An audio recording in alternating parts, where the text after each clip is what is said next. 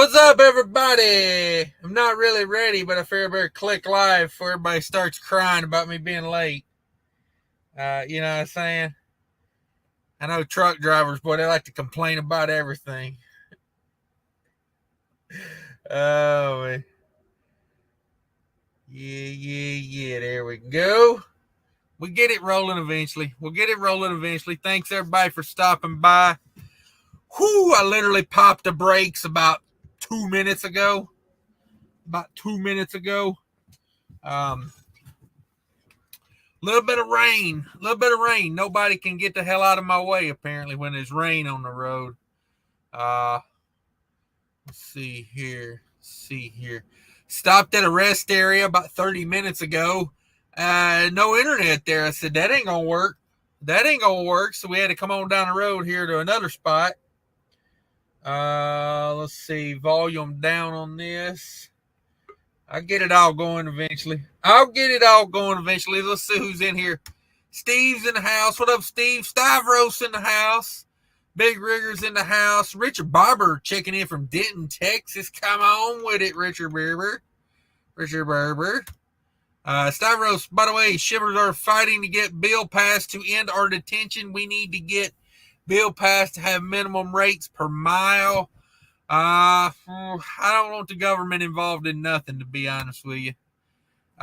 Killian's Cash, you ready now at the house, sipping on a Corona? Come on with it.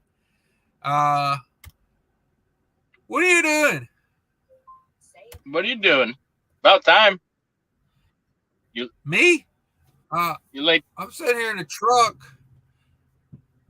Okay. Your backgrounds are getting more realistic every day.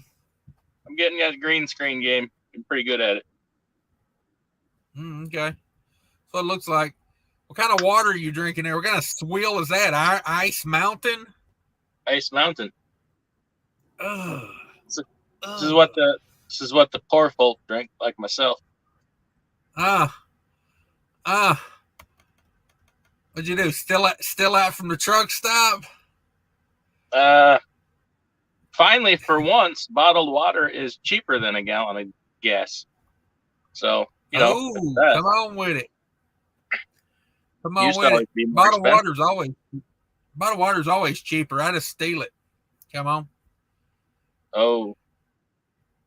I don't use that recycled water like you do. Just throw a case on your shoulder and walk out with it. They'll never question it. I'm telling you. I seen a guy do it at the Flying J the other day. He walked right out with it. Nobody ever said nothing. So I was like, I follow suit. Maybe I should do it too. That's for everybody that don't like when I burp. That was for you guys. If you guys don't know, this is DIY Semi.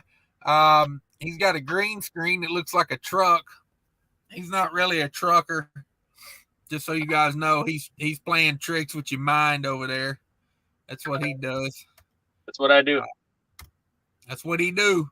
Yeah, I stopped about 30 minutes ago. I had no internet. I put her back in the wind. That's how come we right here. How come we right here. With both feet. There you go. Arnold and Danny. Yeah, no doubt. That's not the comment I was trying to click on there. The thing must have moved on me. Gary Bates in the house. What up, Gary Bates? Where was that other comment? We a lot of comments already. 67 in the house. Everybody smash that like button. All the scallywags. Hey, got a question for you, DIY.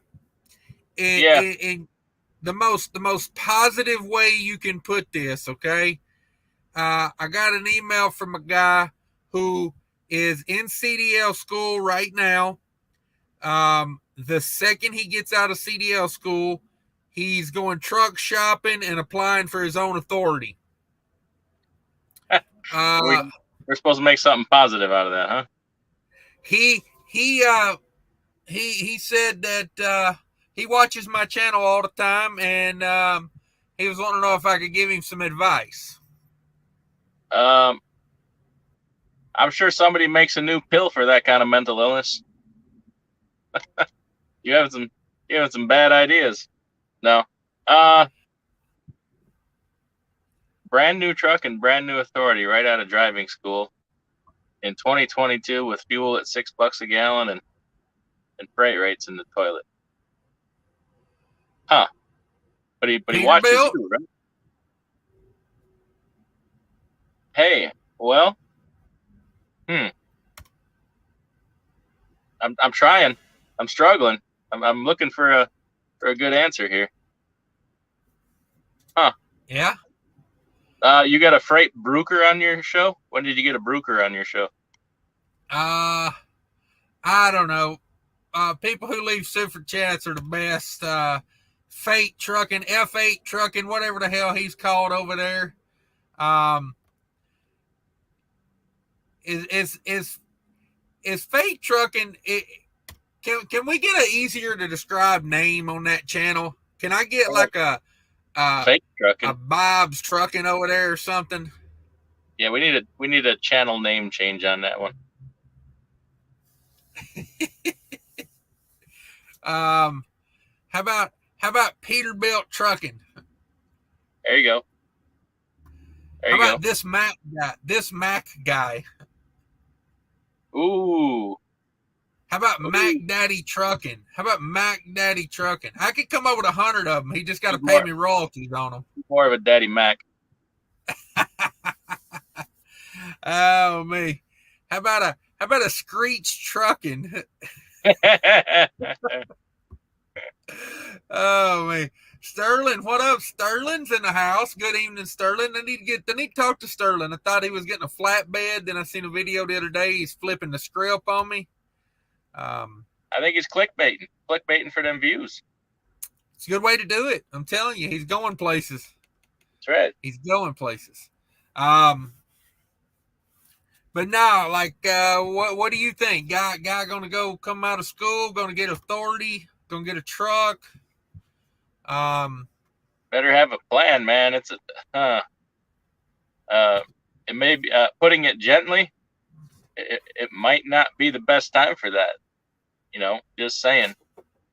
I ain't one to crap on your dreams and feelings, but hey, no. trucking don't care about your feelings. Oh, I just made that up right now. It's almost as good as that thing I said. Business don't care about your feelings. Mm-hmm. Yeah. I don't know. I don't. Hey, pay cash for that truck. Don't take out a big payment. But I'd say re-examine that. See if you still want to do that. I'd want to change my channel name to Dream Smasher. But hey, you did ask. Yeah. No, I say just number one, I'm not a big fan of authority straight out of trucking school. You know what I mean? Like, if that's your only option, you know what I mean? And like, if Schneider won't hire you, then you got to do what you got to do. But, I get a quote on that insurance first thing before I decided anything, before I bought a truck or, And if you're planning on running the spot market with a new authority, get you a load board first and check them rates out. Yeah. Don't just go by my weekly recap. That's for damn sure. Yeah. It's a little different. We all know that's made up. Yeah, exactly. Exactly. I had to pull some spot market freight today because I missed a load. Let me tell you, not as fun as you think it is out here right now. No, it is not, especially on a holiday weekend. Woo! Damn it, boy. Yeah. I took a dry load, so I didn't have to run that reefer all. So I didn't have to run that reefer all weekend. Okay. Yeah. Man, we need a fuel surcharge on that reefer fuel, huh? That's the way I would do it. Jerome Jones in the house, tip your host. Yeah, hell yeah, tip your host. That's what we're here for. I'm in it for the money. Like a good DJ. Jerome Jones, like strip club DJ. Don't forget to tip your waitress. You know what I mean? And if you want to drop $1 on the ground, I'll pick it up with my ass. I don't pick nothing up less than a 20 with my ass. Okay, well, hey, I I got to do I it came up standard. in I came up in the Depression era, so man. We'll pick them dollars up. Just a number, hashtag home time. That's a good place to be on a holiday weekend. Come on with it. Go home for the holiday. That's what I say. Mm-hmm. You've heard me. That's what I always say. You've heard me say it. Great channel here. This Truck and Life channel member in the house. Anyone else PO after learning the timeline of the Texas school shooting? I don't know nothing about it because it don't affect me none. I can't do nothing about it. I don't want to, I don't let negative things into my life that I can't help or change. You know what I mean? Except for that blood test, come on, and that pregnancy test. You let them negative things into your life. Okay. Come on. Love babies. Love babies. Positive test. I'm cool with it. I don't care. Damn, Sterling in the house with a $5. Long story short, fuel card got cloned and I lost all the money I was putting towards flatbed. What? Now I'm power only with a 150 truck carrier. Wow. Can I email you, Sterling? Do you want to come on here and tell a story to everyone? Or would you prefer to do it on my channel? I'd suggest you email the Asian Maya and do it on his channel. After you do it on mine. No, I'm finna email you, Sterling, if you want to come on. Let me figure out how to do this. Look at here. Michael Farley with $49.99 with the iPhone. Come on. Says, so glad I found Cassius King. High quality, lowbrow entertainment at its finest. I love that. I'm gonna start putting that in the title. We like the low-hanging fruit over here. I love that. It's high quality but lowbrow. You know what I mean? That's genius. Let's see here. There's my boy Sterling. I don't. It's goddamn Garmin. Shut up. What about Garmin taking me through downtown Pittsburgh today? Gotta love it. I mean, I thought I was making a delivery to the stadium down there, man. Had me right up next to the stadium. Come on. There we go. We'll shoot Sterling an email if he wants to come on and talk about that situation. Let's see. Keep up the great content. Yeah, no problem. Everybody check out my guest here, DIY. He's got a YouTube channel. It's been dormant for about 6 months now. He's trying to get it rolling again. Oh, man.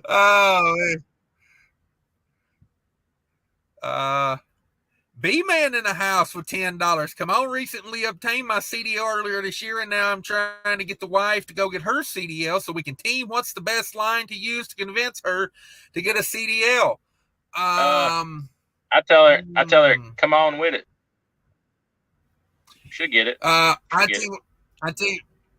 would tell her I ain't got no panties on. Right. That's what I would use. But hey, I'm high quality lowbrow entertainment, so man.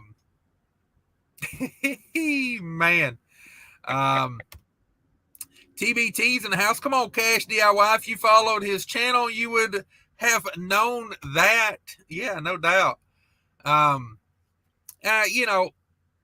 For as far as the guy coming out of CDL school going straight to his own authority, it can be done.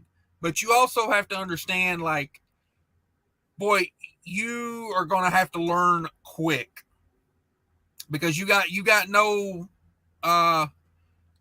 cushion. You're straight to the wolves. You're not going to work for Big Daddy Schneider, and you can make mistakes on their dollar, like you making mistakes on your dollar, and it's a tough way to get after it. What if you go in right out of driving school and buy that brandy new truck and realize, hey, I hate trucking. Now you're stuck. stuck with this truck, or your wife says, you know what, I thought I was okay with you being gone, but I'm not. So, I want you home. Now you got this truck. Or you say, It's true. I've tried learning how to pee in a bottle. I keep missing. This ain't for me. Well, hopefully you practice that in CDL school, right? Yeah. Ain't that what Or they you do? say, brand new truck. It really stinks in here. Who farted in my truck? That guy delivered it. He stopped truck stop nachos all day. Daisy May in the house. What up, little buddy? What up with it? Vanessa James in the house. What up? What up? Joe's in the house. Tell the wife women can drive trucks. Yeah. It's a hell of a life out here, though. You gotta. My suggestion would be to get her interested in some women drivers on YouTube. You know what I mean? Like How about trucker that trucker gals. gal? Yeah, Shannon Thomas Trucking. I would go with those. Those goes. I would go with those. I would get her watching some of those, and show them it can be done. It can be done. Al John's in the house says, them girls in West Memphis pick up old school food stamps. Come on. I'll trade them 60 cents on the dollar for food stamps. That's the going rate. Damn it, boy. That's the going rate. Thank you with both feet. He just tipped his co-host. He just tipped the co-host for cash. I appreciate that, sir. No doubt. Let me block him real quick. No. Big Rigger 61 in the house. Thank you, sir. Channel member says, is this 9 p.m. Eastern or Central? My times are always Central. I never go to Eastern time. I'm a Central type of guy. So yeah, we're running a little late. Had to get down here where I had some internet. Justin Number says, we'll find out soon enough. That's for sure. This Trucking Life said, can we send hundreds of billions in foreign aid every year, but can't adequately protect our schools? That's true. You can make that case about anything. We send hundreds of billions for this, but can't do X. We don't do a lot of things, but we send that kind of money. Right. And I mean, if somebody wants to shoot something up, they're going to figure out a way to do it. I think we need to focus on the mental health side of things more than we do anything. When someone acts crazy, like, we should note that and maybe do something about it. I don't know. I'm just saying, most of these people that do stuff crazy like that, it's not their first, it's not like they've been living a normal life and woke up one day and decided to go do something crazy. Like, they've been crazy. They done been crazy. There's your boy with both feet. Viewer of the day. Let's see. Man versus Road. Okay, we can start him here. All right, he's here. Kelly Patterson in the house. What up, Kelly? My bro says, it can be a little nerve-wracking subjecting yourself to almost 80K viewer base for a newbie like me. But so far, comments are mostly positive. There you go. Yeah, I mean, they're always going to have, you're always going to have people that are, critique everything you do. But, you just get in here and do it. Some people like you, some people won't. Hopefully the people that don't like you just realize it's better for them just to go away, that's the way I always think of it. What do you think, DIY? What do you I think if people like you, if you're liking Cash tonight, you like CashisKingTVNetwork.ca.biz.info, hit that super chat button. Send the man some money. Yeah, subscribe at least. Run them numbers up.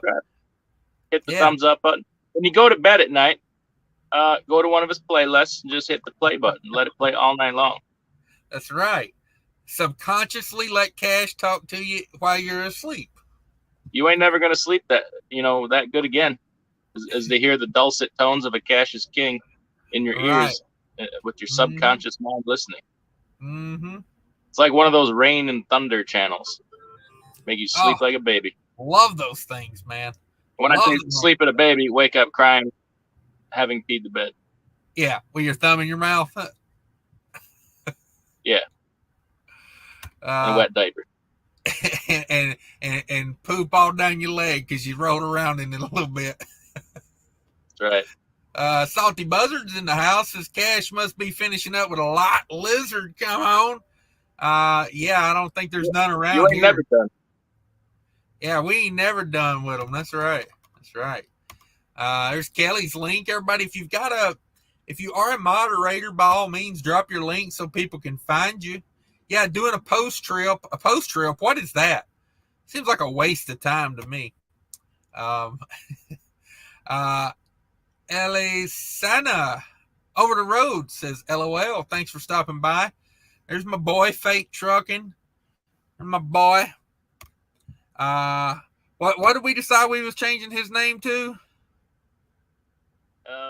Was it Fake Trucking? No, Mac Daddy Mac.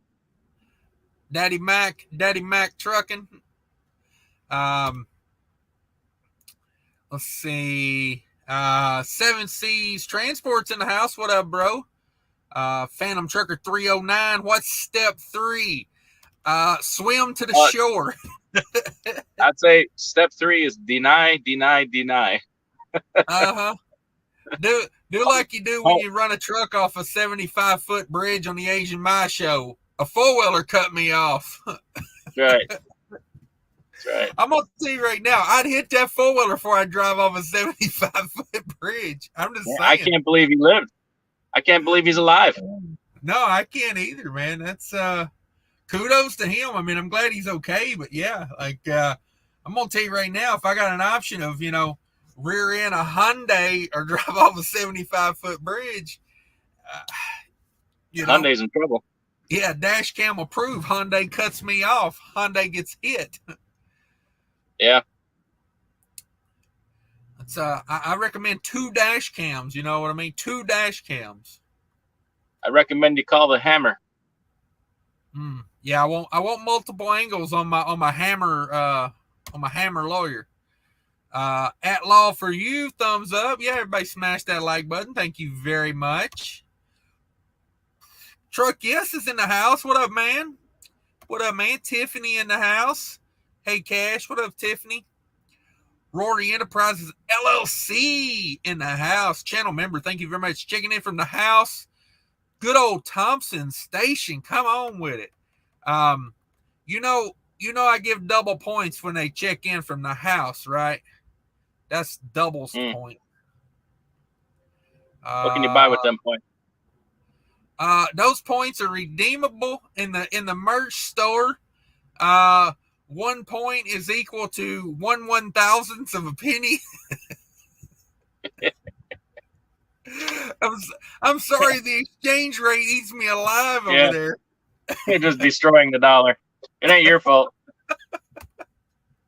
Oh, man. Vanessa Jane dropping me €1. There we go. I like getting paid in euros. I convert those to Bitcoins. There you go. Just a number in the house. $20 hashtag summer sausage. Yeah. That's DIY's stripper name, isn't it? Summer sausage. That's right. You got a blonde wig. I seen you a long time ago. You got that blonde wig out there, summer sausage on the main stage. Fuel's expensive. I ain't too proud. Oh, man, you got to. You got to. Fake Drinking says, what, Cash or the watch NHL Playoffs? Who's in the NHL Playoffs, by the way? What's the NHL? I don't know. I mean, honestly. Oh, it's where guys skate around and bump into each other with their sticks. Ooh, National something league. Uh-huh. Is that what it is? Yeah. Diesel Dave's in the house. Tim West in the house. What up, Tim? Gary Bates, my boy, thumb up, poop emoji. Joe says, has anyone seen the old Dillon transport equipment for sale anywhere? I did see some of that. Where was that at? I seen a ton of those trailers sitting somewhere at like a Ritchie Brothers or somewhere. Haven't seen any of the trucks though. I wonder if the trucks went to like a dealership or something. But yeah, I seen a bunch of those Dillon tankers sitting at a Ritchie Brothers or somewhere. It's been a while back I seen that though. Kevin, hashtag dammitboy from the Loves in Toledo, Ohio. Come on with it. Dave's in the house. Sterling says, get that broker out of that truck. Yeah. Yeah, who knew brokers drove truck over here? Look at this. Setting a bad example. Well, I'm a very cultured individual. Very versatile. I hear you. I can drive it, but I had to have somebody else come back it up for me. Sorry, I had to pick up all this trash in here. I was trying to find my lights, and Freightliner. You know what I like about Freightliners? They like to put one light in it. Literally everything. Yes. Other than the interior lighting, that's how picky I can be about a Freightliner. I go, wow, that interior lighting. Money making machine. Is that what you like about a Freightliner? I do. They are 9 miles a gallon. Is that what you like about a Freightliner? I do like that. It's pretty sweet. I like how a guy told me the other day in the comments. He was like, he said something like, Freightliner is the worst truck, and why would you want to live in Minnesota? And I'm like, how is a Cascadia the worst truck ever? It's probably the most profitable truck ever made. So, how about this? We're here with my boy CashisKingtrucking talking about trucks. Cash, what's your favorite truck? What's the kind of truck that makes you the most amount of money? Cascadias. Why? What is it about a Cascadia that you like so much? Women like them. Okay. There's a little YouTube short for you to cut out. Chicks dig them. Yeah, sorry, I'm distracted. I'm making some green tea over here. Green tea? What's that? Is that what them healthy people drink? Dog. Energy drinks are expensive these days. You ain't kidding. Is that as healthy as one of these here diet sun drops? Almost. I wish I had a diet sun drop. That sounds delicious. It's all right. All right. I'm steeping some Cub Foods brand green tea right now. In cold water? Yeah. That'll work. Just take longer. We American, dog. We American. We on a budget. Yeah. Exactly. Been drinking green tea all damn day. Brian's in the house. What's that? And you ain't healthy yet? Oh, I'm getting there, dog. I'm getting there. Looking good, if you ask me. Yeah, hey, we do what we can around here. We do what we can. Brian's in the house. We don't need a minimum rate per mile. That is extremely bad idea. Yeah, I mean, I don't know if I call it stupid. It could work on some level, but I just don't want the government in here in my business. They got enough say so already.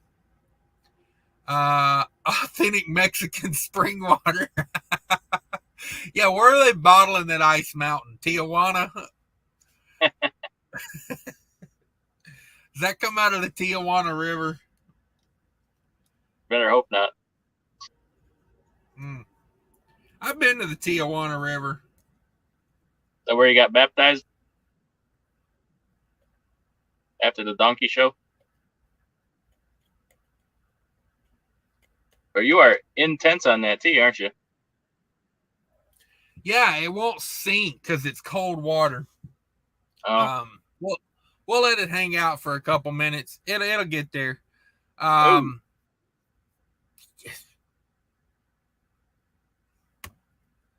Maybe that's what somebody said. Possibly. Joe says, I didn't know DIY drive truck. He doesn't. He's just sitting in the damn thing to make a video.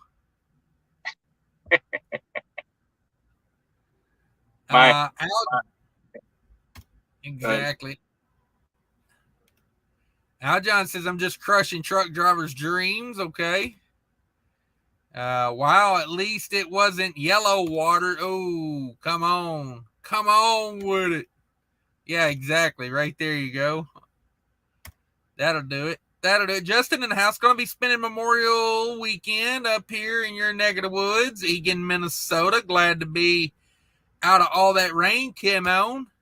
There you go, hanging out in Egan, Minnesota. JD is in Kentucky to Nash for 3 days off. Come on with it. I love taking time off. Can't wait to get home. Home on the range. Too late to start a career in trucking? What do you think, DIY? No, it's never too late. I mean, be a good living for you and your family. Just is it a good time to go buy a truck and get your own authority? Run the spot market? No, not really. But it's a great time to be a company driver. Shoot, they're killing it. Company drivers doing well. A lot of owner operators doing well though too. Yeah. What do you think about applying at Crete right now? At Crete? I don't know nothing about Crete. Heard they pay pretty well.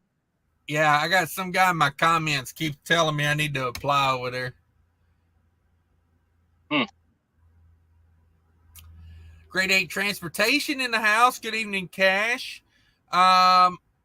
He sent me some readings of his fuel economy the other day, Mr. Grade 8 transportation. I believe he's got an international LT there. Getting like 9 miles a gallon over there. He's in the 9 mile gallon club. Brian in the house. What up, Brian? Shop fees in the house. What up, Daddy Cash and Daddy DIY? Not much. We chilling, killing it for 32 minutes of prime, amazing entertainment over here. Lowbrow entertainment. Everybody smash that like button for me if you could. I would appreciate that. Let's see how many likes we can get on this damn thing. Let's run the numbers up. Grade 8 transportation says checking in from the new house with the family. There you go. When you get 9 miles a gallon, you can afford a house. 1 mile per gallon for every kid. You need a new house. Yeah, no doubt. Kelly Patterson says his insurance would be sky high. Yeah, that's what I'm saying. Get it. How do you say this name here? Is that Elisana? Elisana? Not Elisana. Okay. Elisana says that's a crazy idea. Yeah, some people try that. Bobby G says 0 experience in buying a truck is a horrible idea. The guy sounds pretty dead set on it. I don't think, so I'm just trying to make it not as miserable as possible. RN's in the house. What up, RN's? And what I missed? Are we talking about getting authority in a truck straight out of truck driving school with a freight broker? That reminds me. I was going to tell you, we got a bad hailstorm the other night. I got a 2005 Chevy with massive hail damage. What can I do about that, Cash? What do I do about all them dents? What do they call that? PDR, paintless dent removal. That's the way to go. I do. Suck them dents right out that Chevy metal. All right. Right out that Chevy metal. They make an apparatus that'll get that done for you. Manually? What's that? Manually? I don't think it does it automatically. I think it's a manual job. Put a magnet underneath there and put a big piece of metal on top of it and see if it rolls it out flat. All right. I always wanted to try that. Kelly Patterson says 0 experience. I don't think anyone would finance him if he's going to be a driver. Oh, this guy's got large sums of money. I don't think he needs to finance anything. From the way he's telling it, he's gonna straight cash it all day. Which I told him, hey, if you're gonna do it, that's the way to do it. Come on. That's right. That's right. I can't tell how thick that is yet. It looks okay. Looks green to me. Shake it up. Shake it up. I'll try to get that tea out of there without breaking the bag. Come on.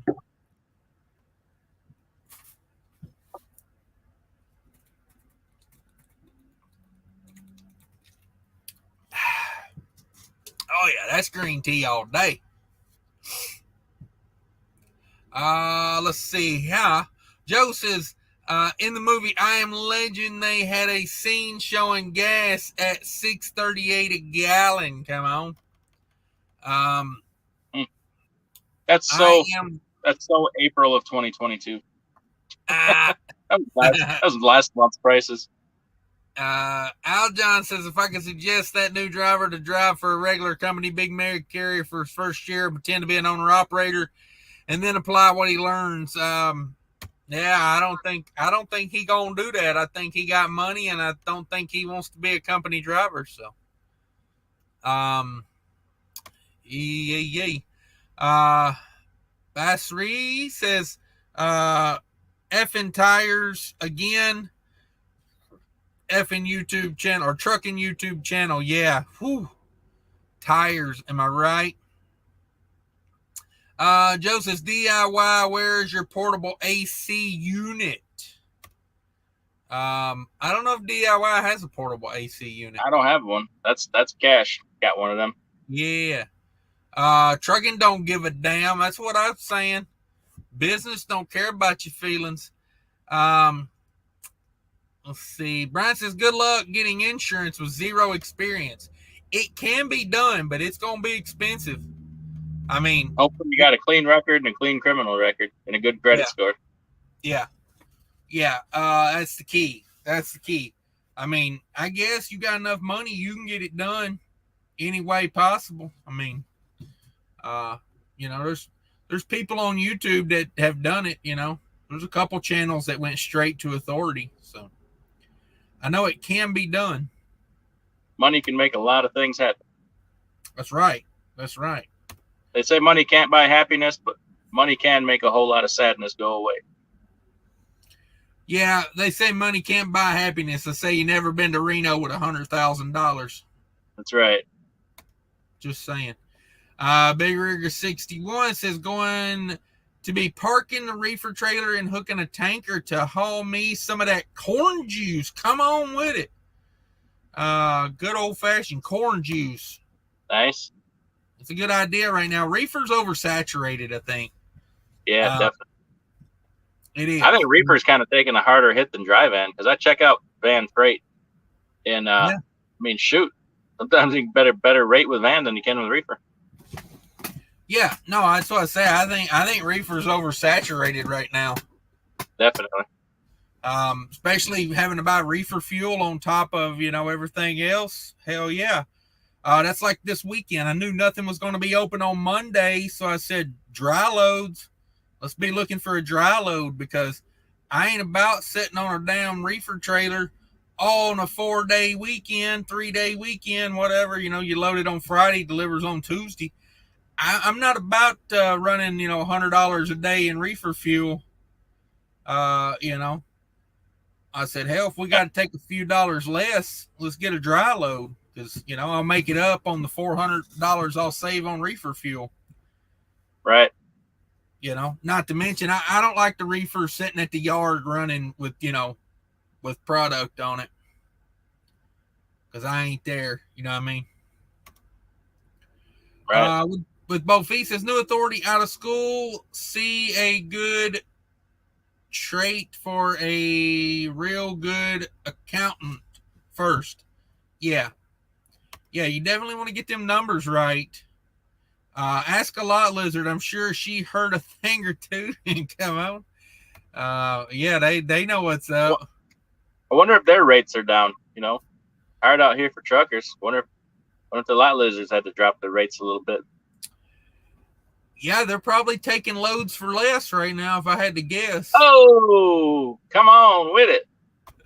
I set them up, you knock them down. That's right. That's right.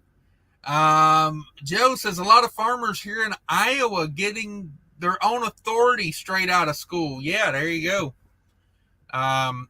It can be done. It just depends on your angles. You know, you got to work them angles.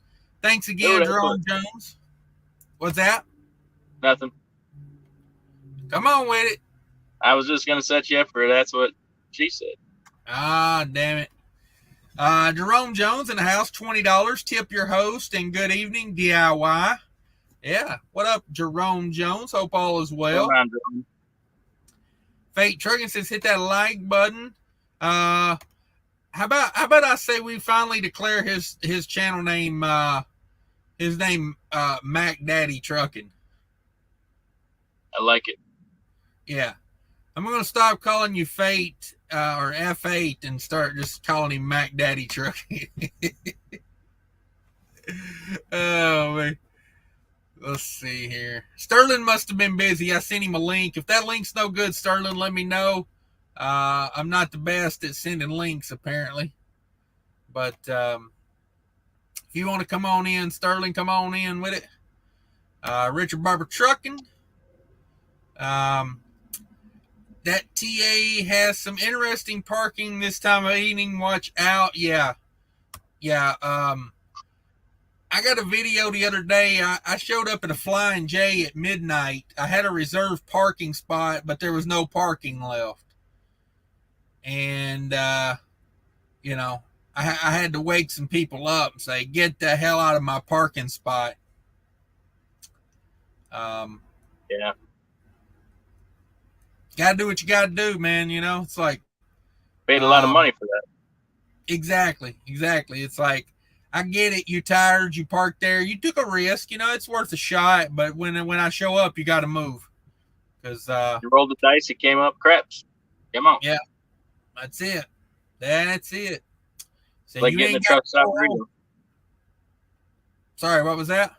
So it was like getting a truck stop burrito from the warmer. You roll the dice. Sometimes you come up craps. Man, what about those Love's burritos? How do they get the tortilla so soggy? Get them wet. Wet them down a little bit. Okay.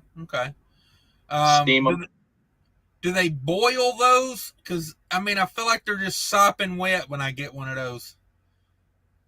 Fifth wheel grease. Secret. Okay. Red and tacky. Because the tortilla sticks to the foil 90% of the time. And then I end up unrolling it and flinging all the filling out my floor and usually just cuss a lot.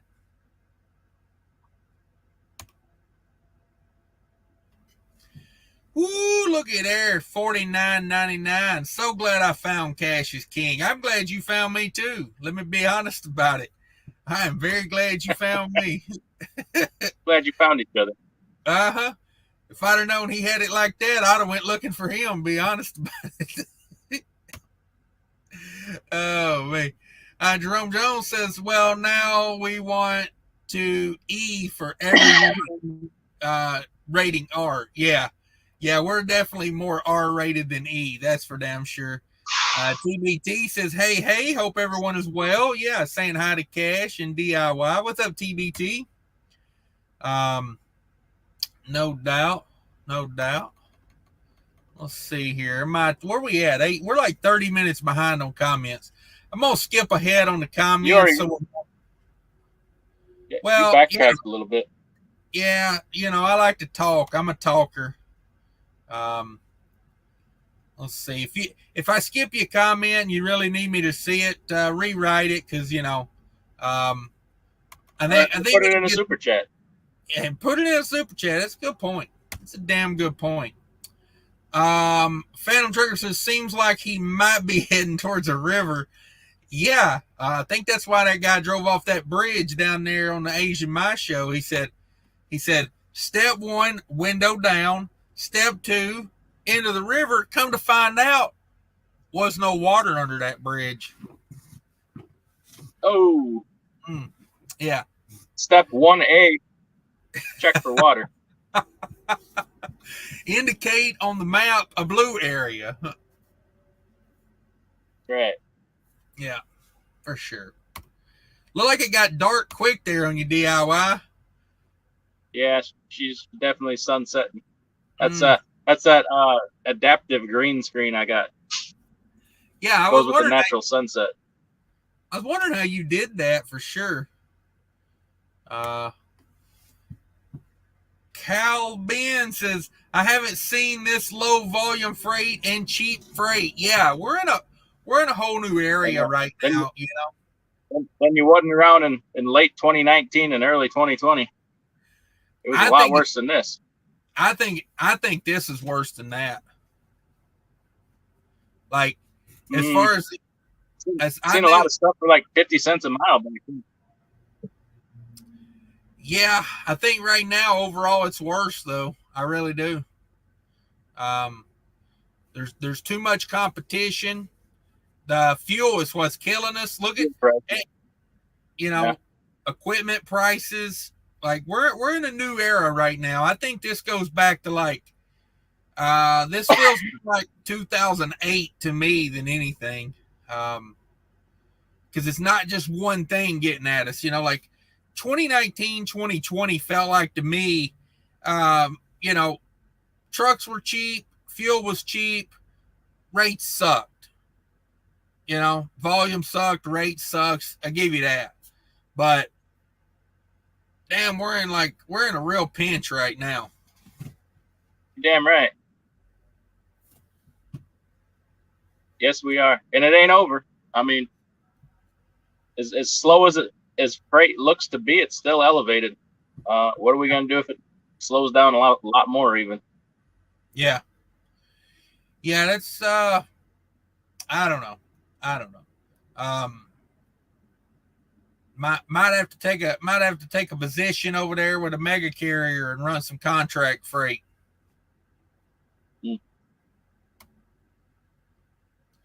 Might have to bust out your thong again.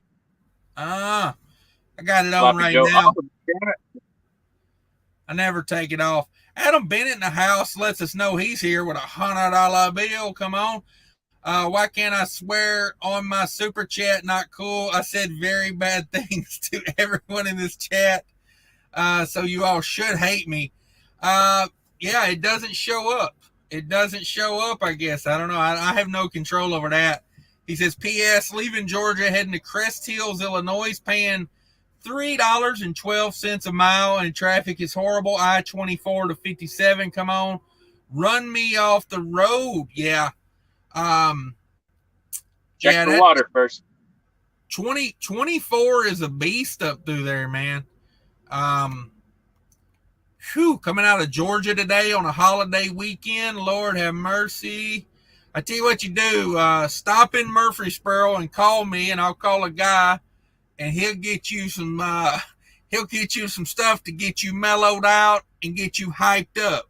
So you'll be cool with traffic and you drive all night. I'm just saying. He's also going to give you a package. Now, when you get to Illinois, we're going to need you to give that package to a gentleman named Leroy. Don't ask too many questions.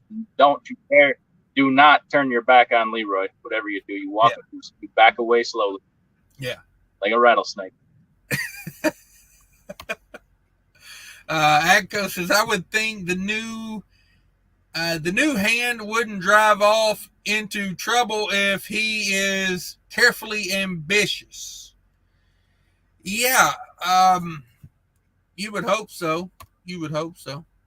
Jackknife TV says, hey, what up? $4,000 out of Minnesota today. Come on with it. $4,000 to go 4,000 miles. Hell yeah, get it. There you go.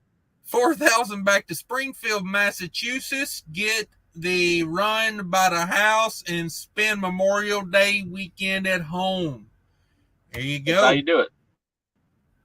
That's it. Secure the money and ride out. Atco says it helps to have friends in the business. Yeah, that's one of those things. That guy's authority. That's going to be one of those things that's going to be hard to overcome. Right? I know you've been working with some dispatch DIY, right? You got a brokerage and a dispatch service, and if you guys don't know, DIY's got he is the encyclopedia of trucking. He's a truck driver, number one, so you can relate to him. He owns a carrier. He owns a carrier, so you can look up to him. He's got a brokerage, so you can hate him. And he's got a dispatch service, so you can loathe him. Oh, that was good. That was good, man. Oh, wait. So, let's go to the part where, let's go to the dispatch service part of your brain, DIY. Dispatching a new authority. It's not a lot of fun right now. So it's not a lot of fun. Because, most of the brokers that are going to take you right off the bat are typically the bottom feeders. Yeah. So when you see a good load, chances are you can't even get it because that broker probably won't touch it till you're 30, 60, 90 days in, maybe even a year. Yeah. I don't really have a dispatch service. I just dispatch a guy. He used to work for me, and he went out and got his own authority and said, "Hey, would you dispatch me?" I said, "All right, then." And that's what we do.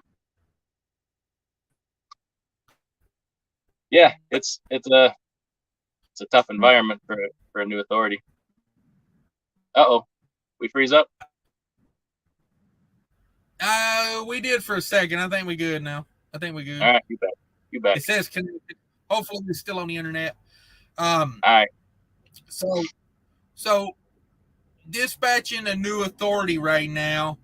Hey, I got a business idea the other day. So to get an authority, you need to have a truck, right? No. But it helps, right? If you want to move some freight, yeah, it'll help to have a truck.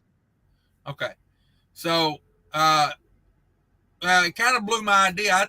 For some reason, I thought you had to have a truck to get the authority. No. Okay. Now, that's why you're the encyclopedia. Let's talk it out anyways. Maybe there's some opportunity there to separate some folks from their money. What are we doing? Well, see, my thought was to buy some buy some less desirable trucks and just rent the VIN number basically, so people could get their authority and then go truck shopping. Oh, how about that? Just go to the junkyard and pick up some trucks, pull the VIN plates off, pay for the title. Yeah. There you go. That's kind of what I was thinking. You can take the man out of Tennessee, but you can't take Tennessee out of the man. Oh, man. All I need is the angle, man. I hate doing work. I'd rather work an angle. You know what I'm saying? Let's see. Avery says, Kelly Patterson, I'm going to have to try that. Only concern is someone trying to steal off the truck, even with chains. What are we talking about? With the generator? What are we talking about? Kelly got a new video. What's the new video?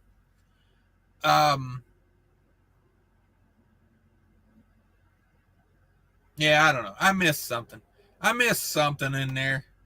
A lot of comments I missed. I didn't miss that one though. I can tell you that. $100 bill. And then hits me with another $10. Come on. So are you going to be home tomorrow, DIY? In the afternoon. Yeah, afternoon. Are we going live on your channel tomorrow? Let's do it. Late afternoon. Let's do it. We need to make that announcement. Extravaganza? Yes, we have a big announcement to make. Everybody tune in to DIY tomorrow. I'll share it out on my channel. Hey, if you can share this video out to everybody out there. Put the shares to it. How about you whip me up a thumbnail? All Just right. trying to come up with one here. What do we want to be? Did you share this live show out, DIY? So I can't share it while I'm on here. It won't let me do it. Let me see if I can do it on my tablet. I don't know if I can. This guy's got 30,000 subscribers, but he hasn't learned to make a mint off of them yet. Oh man. Freightwave says after the 4th, look out. Good or bad? Lower volume after the 4th of July. What do you know about that, DIY? Yeah. So the other day, what was it, Tuesday, Paul and I did a 2-hour video call with Freightwaves, and where they demonstrated their very sophisticated software to us. Also, need I say, very, very expensive. Very expensive. Can I say that enough? And they know what they're talking about. It's real time. It's to the day, and it's real time. So it makes the DAT numbers look like child's play. The DAT numbers are typically, up to 10 days lag time, 10 days old. Damn. He told us how they get their numbers. Pretty surprising, but I don't think we're supposed to reveal that. But at any rate, they know what they're talking about.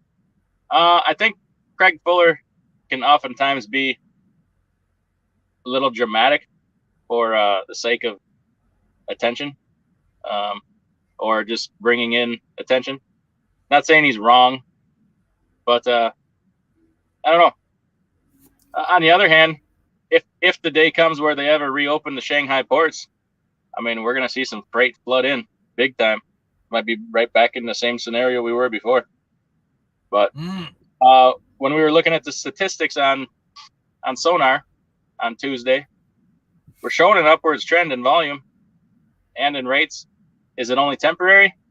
Yeah, there's no way to tell.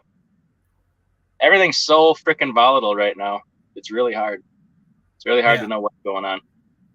The shippers we're talking to, they kind of expect kind of just more of the same of what we're doing. Things just kind of keep puttering along, but it's what it is, what we're being told. That's a bummer. I was hoping you was going to say rocket ship, rates to the moon. No, ain't happening. Ain't happening. Bummer. John says, if you're coming through California, avoid that grapevine situation, because it is bumper to bumper over there. You heard it through the grapevine, John says. Adam's already gone through there. He says he's gone. He's past that I-24 mess. Get on through there then. Phantom Trucker, I think Sloppy Joe is an authority on end dumps. Come on with it. The hopper bottoms. That is true. That is true. Big bad Leroy Brown. Yeah, no doubt. No doubt. Leroy's the baddest man in the whole damn town. Let's see. Caught a live riding down I-90. That's a great place to watch us, is on I-90. I'm just saying. Cash equals R2D2. Okay. Maybe I was a little robot there or something. Let's see. Rob says use a cargo van. Gotta have insurance. There you go. Yeah. I don't know why I was thinking you had to have a truck to have insurance. To have an authority. You just gotta have the liability, right? Yeah, but some companies won't quote you like that. But I have people argue with me. I do it all the time. Like, get quotes with no truck for people. Do it all the time. Just some companies don't do that, so you just got to move on to another company. They're not going to quote you your physical damage. You could give them a sample truck to work off of, but it's not a concrete quote till you have a VIN number. But the liability will be, pretty much spot on. Might change a little bit. Is a freight brokerage the next thing to your empire you're building?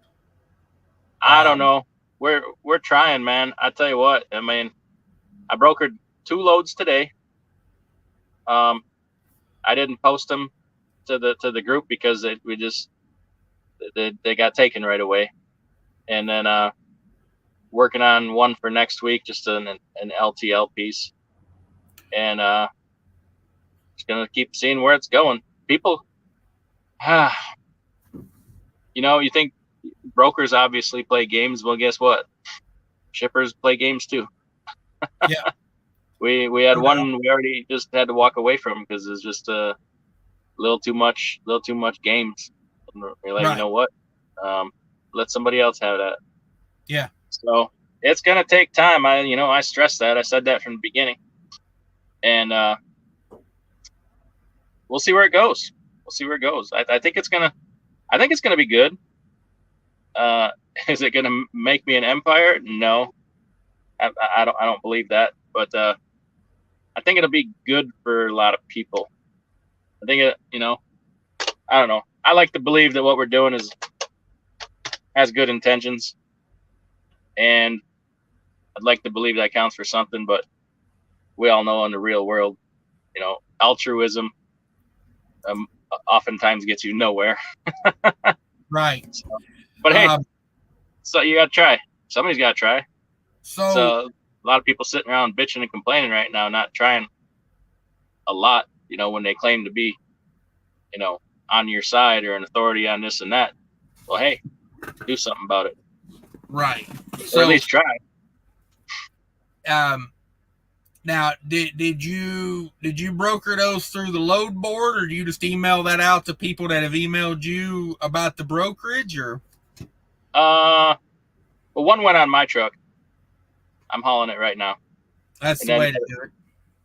Yeah, and then the other one went on somebody else's truck, but I kind of knew it was a fit without even asking. So that's what we did. Just wondering. And I said freight brokerage, but I meant, are you thinking about adding an insurance brokerage to your empire? Oh, hell no. No. Well, I mean, you gotta know your stuff. Do that. I know about insurance, but I don't like the mechanics of it and the details of policies and stuff. That's better left to some. Plus, you'd probably find me hanging in a closet somewhere. That's true. Drives me nuts. It's so freaking mundane and monotonous. It's true. 2 men took to fighting and Leroy looked like a jigsaw puzzle. Yeah, no doubt. Let's see. Jackknife TV says, so how much should I charge when DEF runs out and I'm still trucking away here on my 07 9400? Every dollar you can. Yeah. Every dollar you can. Get it while you can. Get it while you can. Let's see. Wedding announcement tomorrow. Big announcement tomorrow. I'm telling you right now. Stay tuned to the DIY semi show and more tomorrow. Extravaganza extraordinaire. Extravaganza. D. Hardy says DIY adds nothing to this. It's like Ed McMahon on Johnny Carson without a guest. D. Hardy, why? It's all right. DIY adds a lot. Did you not just hear what he talked about, broker and freight and whatnot? Man, people want to know that stuff. Come on with it. Hit him with a hey-o. Hey-o. See, there you go. Oh, people are such assholes, man. Let's see. After summer, we crashing everything. Yeah, everybody thinks summer slump is going to hit hard. Yeah, it ain't going to be fun. I mean, has everybody heard about the wheat situation in the world? We have apparently have 10 weeks supply of global wheat left in the world. I mean, think about that. All the stuff that's made with wheat. right down to freaking beer, and pretty much everything that comes in a box or a can has wheat or gluten or something in it somehow. Right. I mean, and talking about a lot of third world countries and lower economic countries, that's their staple food, man. That's serious. You know, that's very serious. We talking low carb summer. We talking whatever it takes.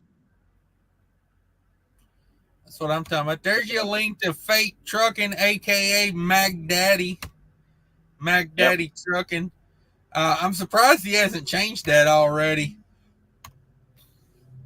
Let's see. Hopefully in September we get back to normal.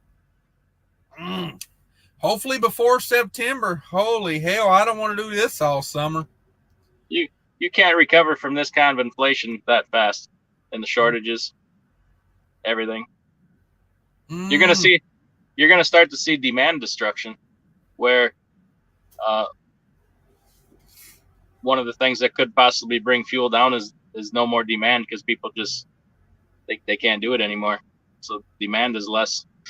That might help a little bit, but demand destruction hurts the economy in a lot of different ways. So it's not a great scenario.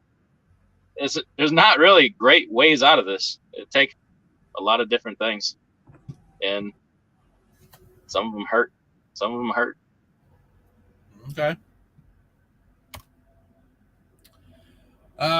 Sonny says, this is my first year completed as a trucker, owner operator. Is it really a summer slump or just not as good as last year? Now it's like last year was really good, but this year is pretty rough. Like, And will anything ever be as good as last year? I was just, next year you can tell your kids about the good old days, way back in 2021. Where it was like printing money. I think the last quarter of 2020 was probably the best. Rates were popping. Fuel was freaking $1.20 a gallon. No log books. I mean, that was just. Oh yeah, forgot about that. Had me feeling a kind of way. You know what I mean? Like, $12,000 average a week, for a freaking quarter. Come on. Yeah. Just saying. Good stuff. Amazing. It was. Fate Trucking says Avalanche 1 versus Blues 2, start of the third period. Is that English? What's he talking about? I don't know. If something's having its third period, I would watch with that. Is he having a stroke? Yeah, exactly. He's got the blues because something's on its third period. I don't know. Maybe he's trying to have another kid over there. I don't know. Edco says Donnie Gilbert said until peak season it will be a bloodbath.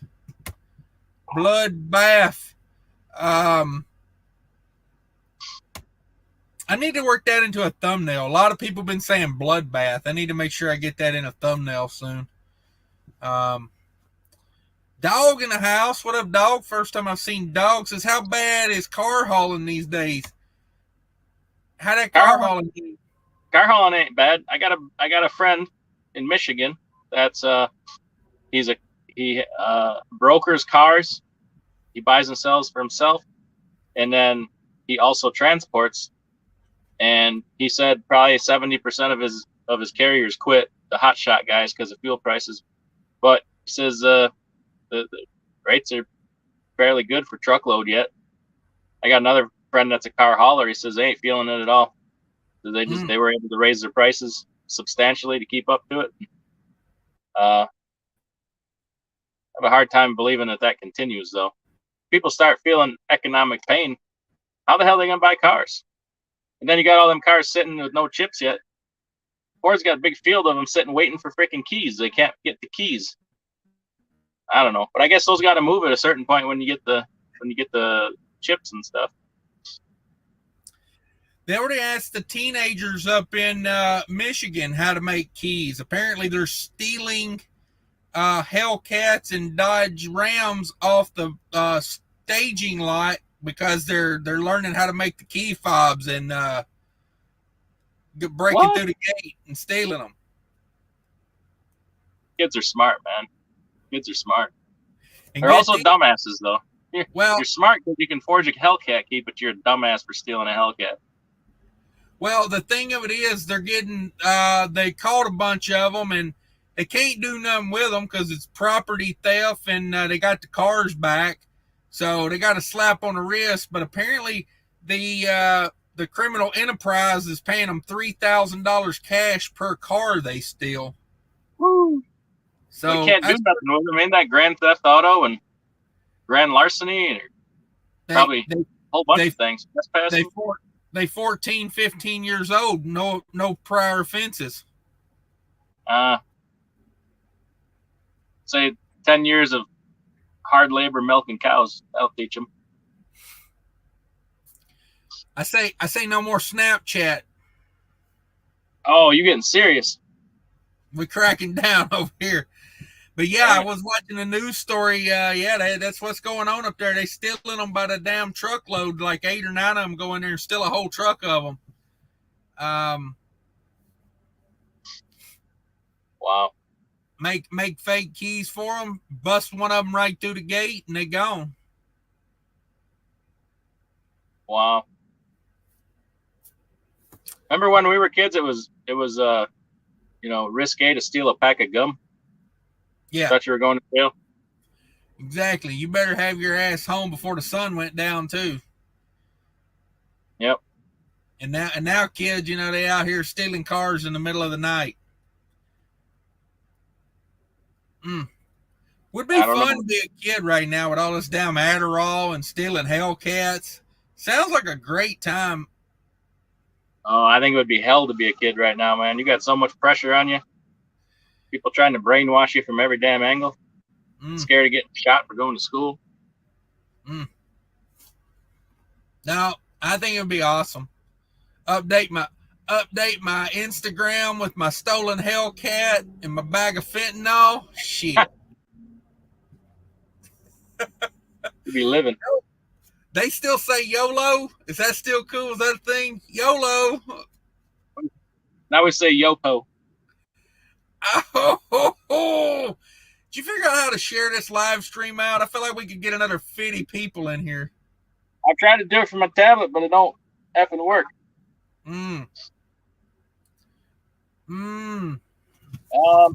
Wait, let me try this. Try it. Come on with it. We're 100 people deep.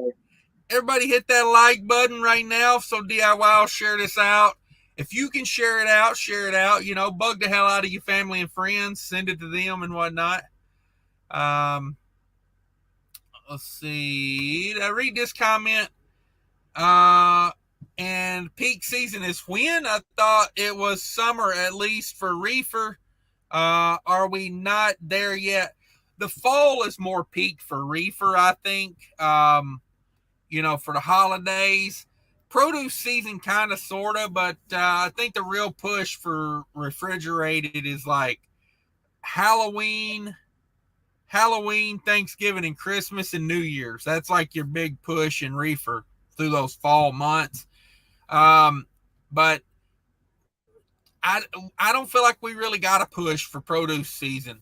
Like, produce is a bust this year. Yeah. Yeah. I couldn't share it out, but I did a community post. Tell me, I don't know if it worked or not because my tablet doesn't show community posts. That's sharing it out to me. I'm not high level YouTuber with 2 cell phones. I only got one. I got a laptop. I got 2 cell phones. We got it going. I got a Chromebook, a laptop, and 2 cell phones. Okay. You gotta tell me if it did any good.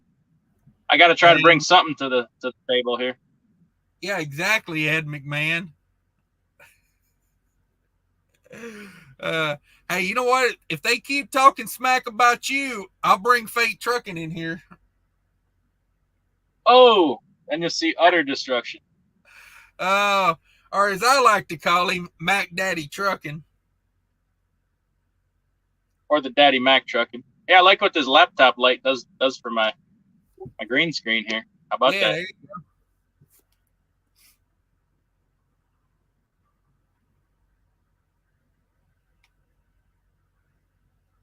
that? You're supposed to send Fate Trucking a link so we can watch him watch TV. Oh, yeah. No, that ain't happening. I mean, I'll send him a link, but I'm not going to sit here and watch him watch guys play with their sticks. Bump them into each other, slapping sticks around the ice. Yeah. Hey, we got somebody that clicked a link here. Let's see what this scallywag's up to. Mr. Sterling in the house, aka H8 Trucking. I'm gonna go up. I'm gonna change mine to F9. You know, just one up it a little bit. Mine's gonna be F9. Right. Yeah, that's short. That's short for hate trucking. Yeah.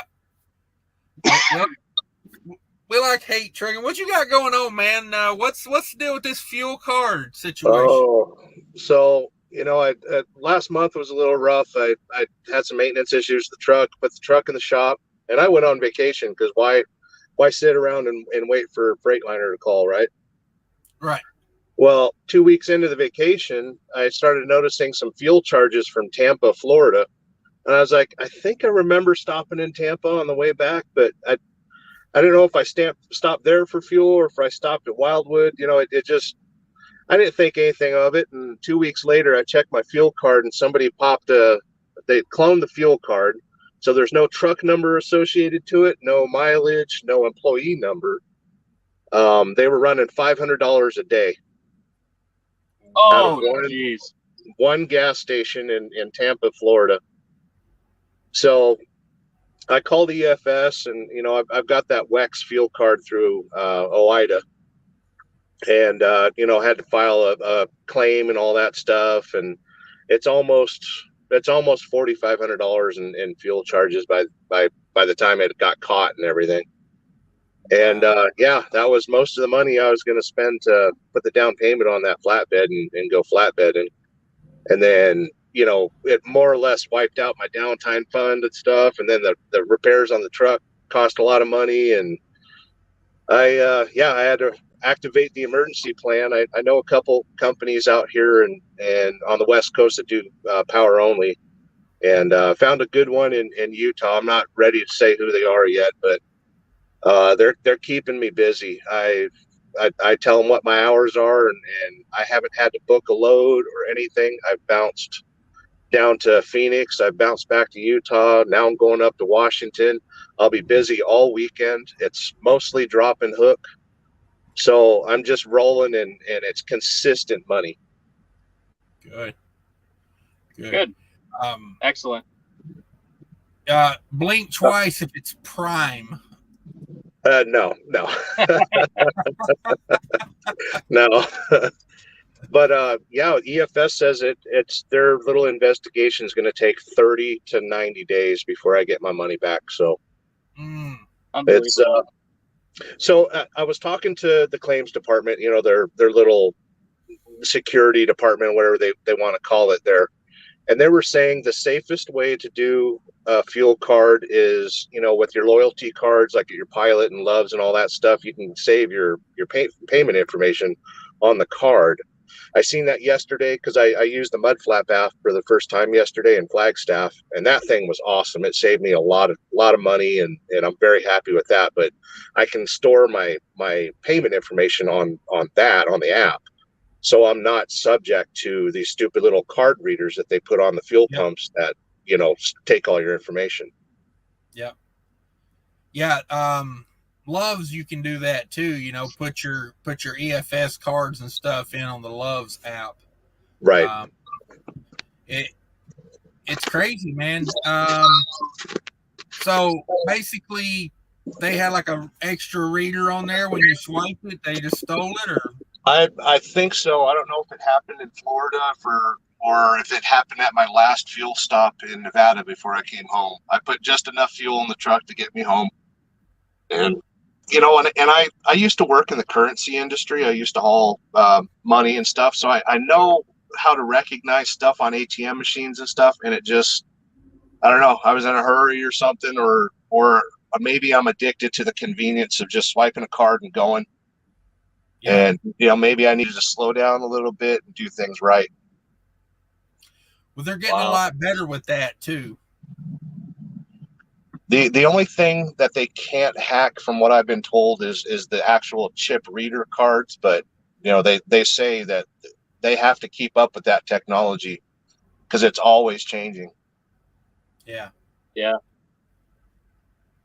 Wow. That's a bummer, man. That's a bummer. Yeah. And then add on top of that, everything out here on the West Coast. The cheapest I paid for fuel was yesterday in Flagstaff at $5.14 a gallon, I think it was. And this customer's really cool. They don't book their loads really tight, and I can back down my speed and stuff. And I got 9 miles per gallon down to Phoenix. I was in a little bit of a hurry today to get back up to Logan, and I'm at 7.8 for the trip. So that's all downhill though. Right, coming back up, it's all uphill, and I haven't really decided what route to take or anything. It's I could either shoot down through Vegas and over, but there's a lot of climbing, a lot of traffic, and I don't want to deal with that. I like the 2-lane highways. Good deal. So the drop and hook is reefer. Is that right? It's reefer and drive in. They've got some pretty well established customers. There's a company that does cheese, and then they actually do the cheese for Taco Bell and Jack in the Box. So if anyone has Taco Bell or Jack in the Box in Phoenix this week, it's my fault. Okay. And then this load that I'm on right now is toilet paper going up to the Pacific Northwest. So if anyone wipes their butt for the next month, I caused that. So you literally got them from both ends. Yes. You really got to counter the market from both ends. It's good strategy. Any coincidence you took that toilet paper to the same place you took all that cheese? No, they're 2,000 miles apart. So surprise. Oh, okay. Yeah. There ought to be just half load of Taco Bell cheese, half load of toilet paper. Cut down on the logistics of this. When everyone was panicking about toilet paper, I was like, "Are you people eating it so you don't have to wipe? I mean, what's going on?" It's a good idea. It's good strategy. You eat enough of it, you don't have to wipe. So. I know you don't want to talk about the carrier, but talk about the deal a little bit. Is it, I think you said they reimburse for fuel on the reefer, or? Yeah, and it's kind of strange because I'm so used to running my own trailer and keeping that reefer tank full, and God forbid you roll into a Cargill or a Walmart with less than a full tank, so I'm always nervous about that. But this customer, they want their tanks to have at least 20 gallons or about half tank in them at all times.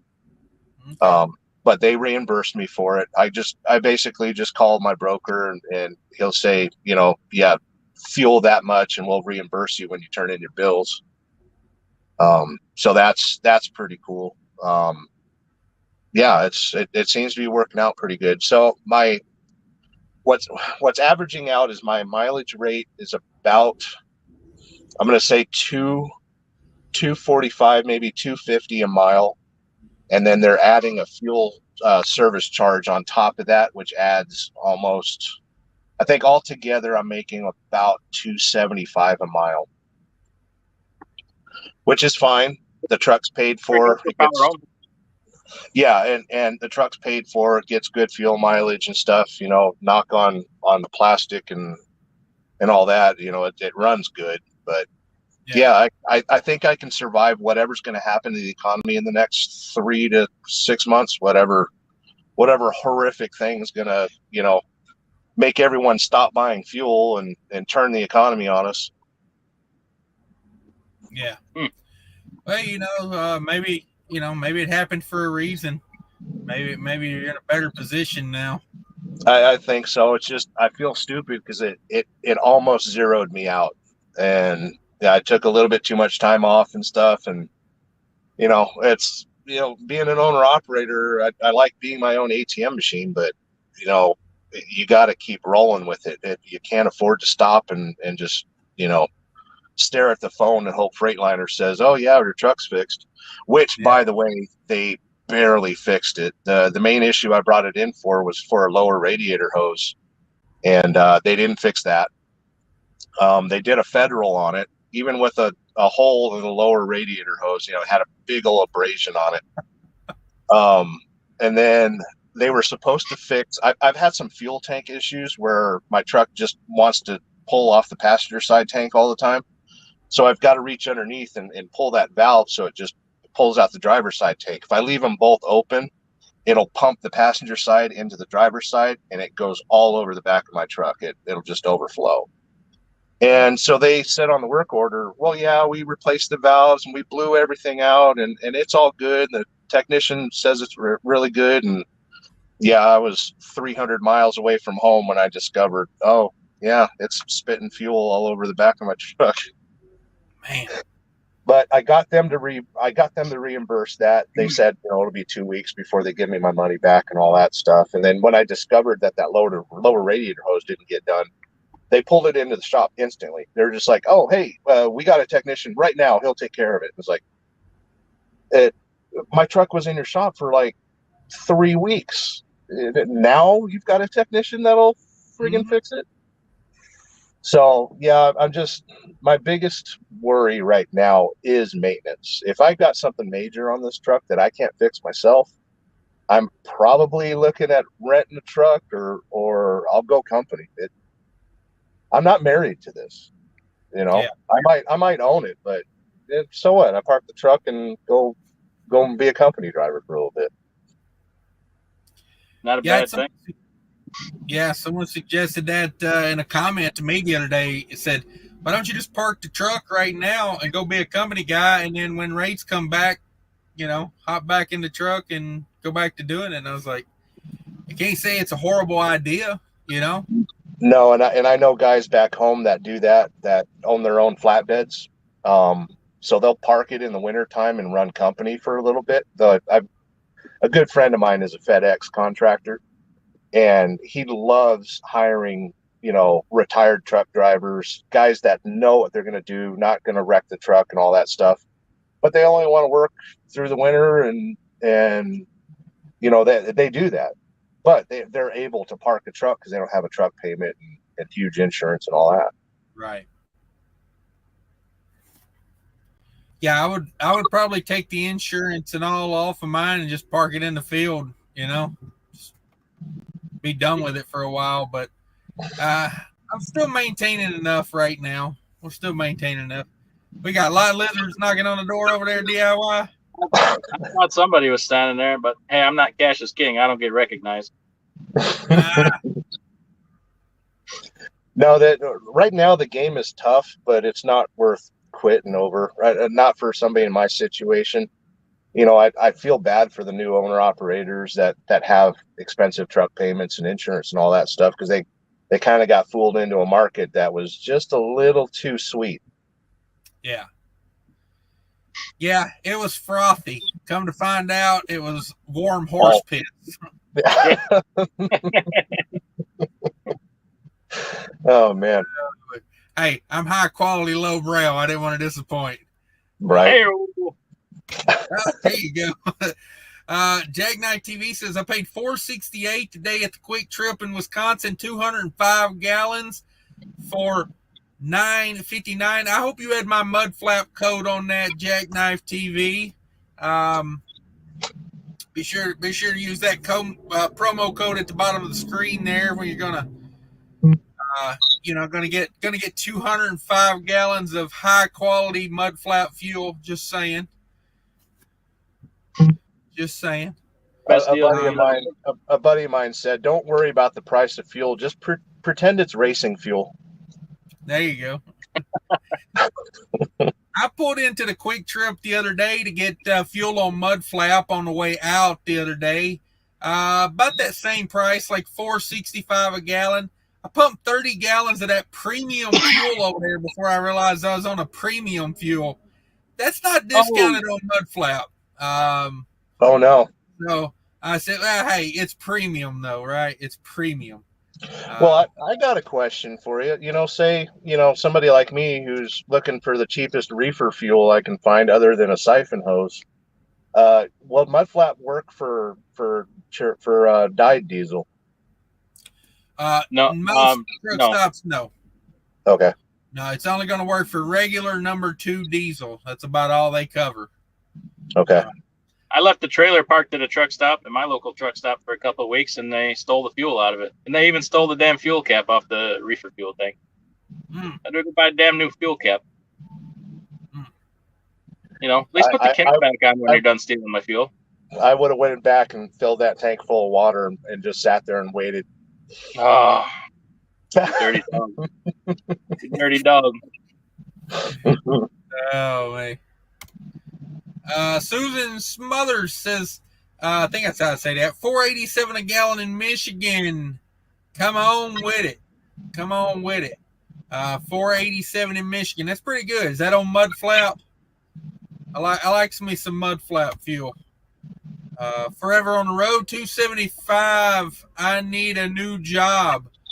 Yeah, I'm gonna tell you, Sterling, that's not a bad gig there with being drop and hook.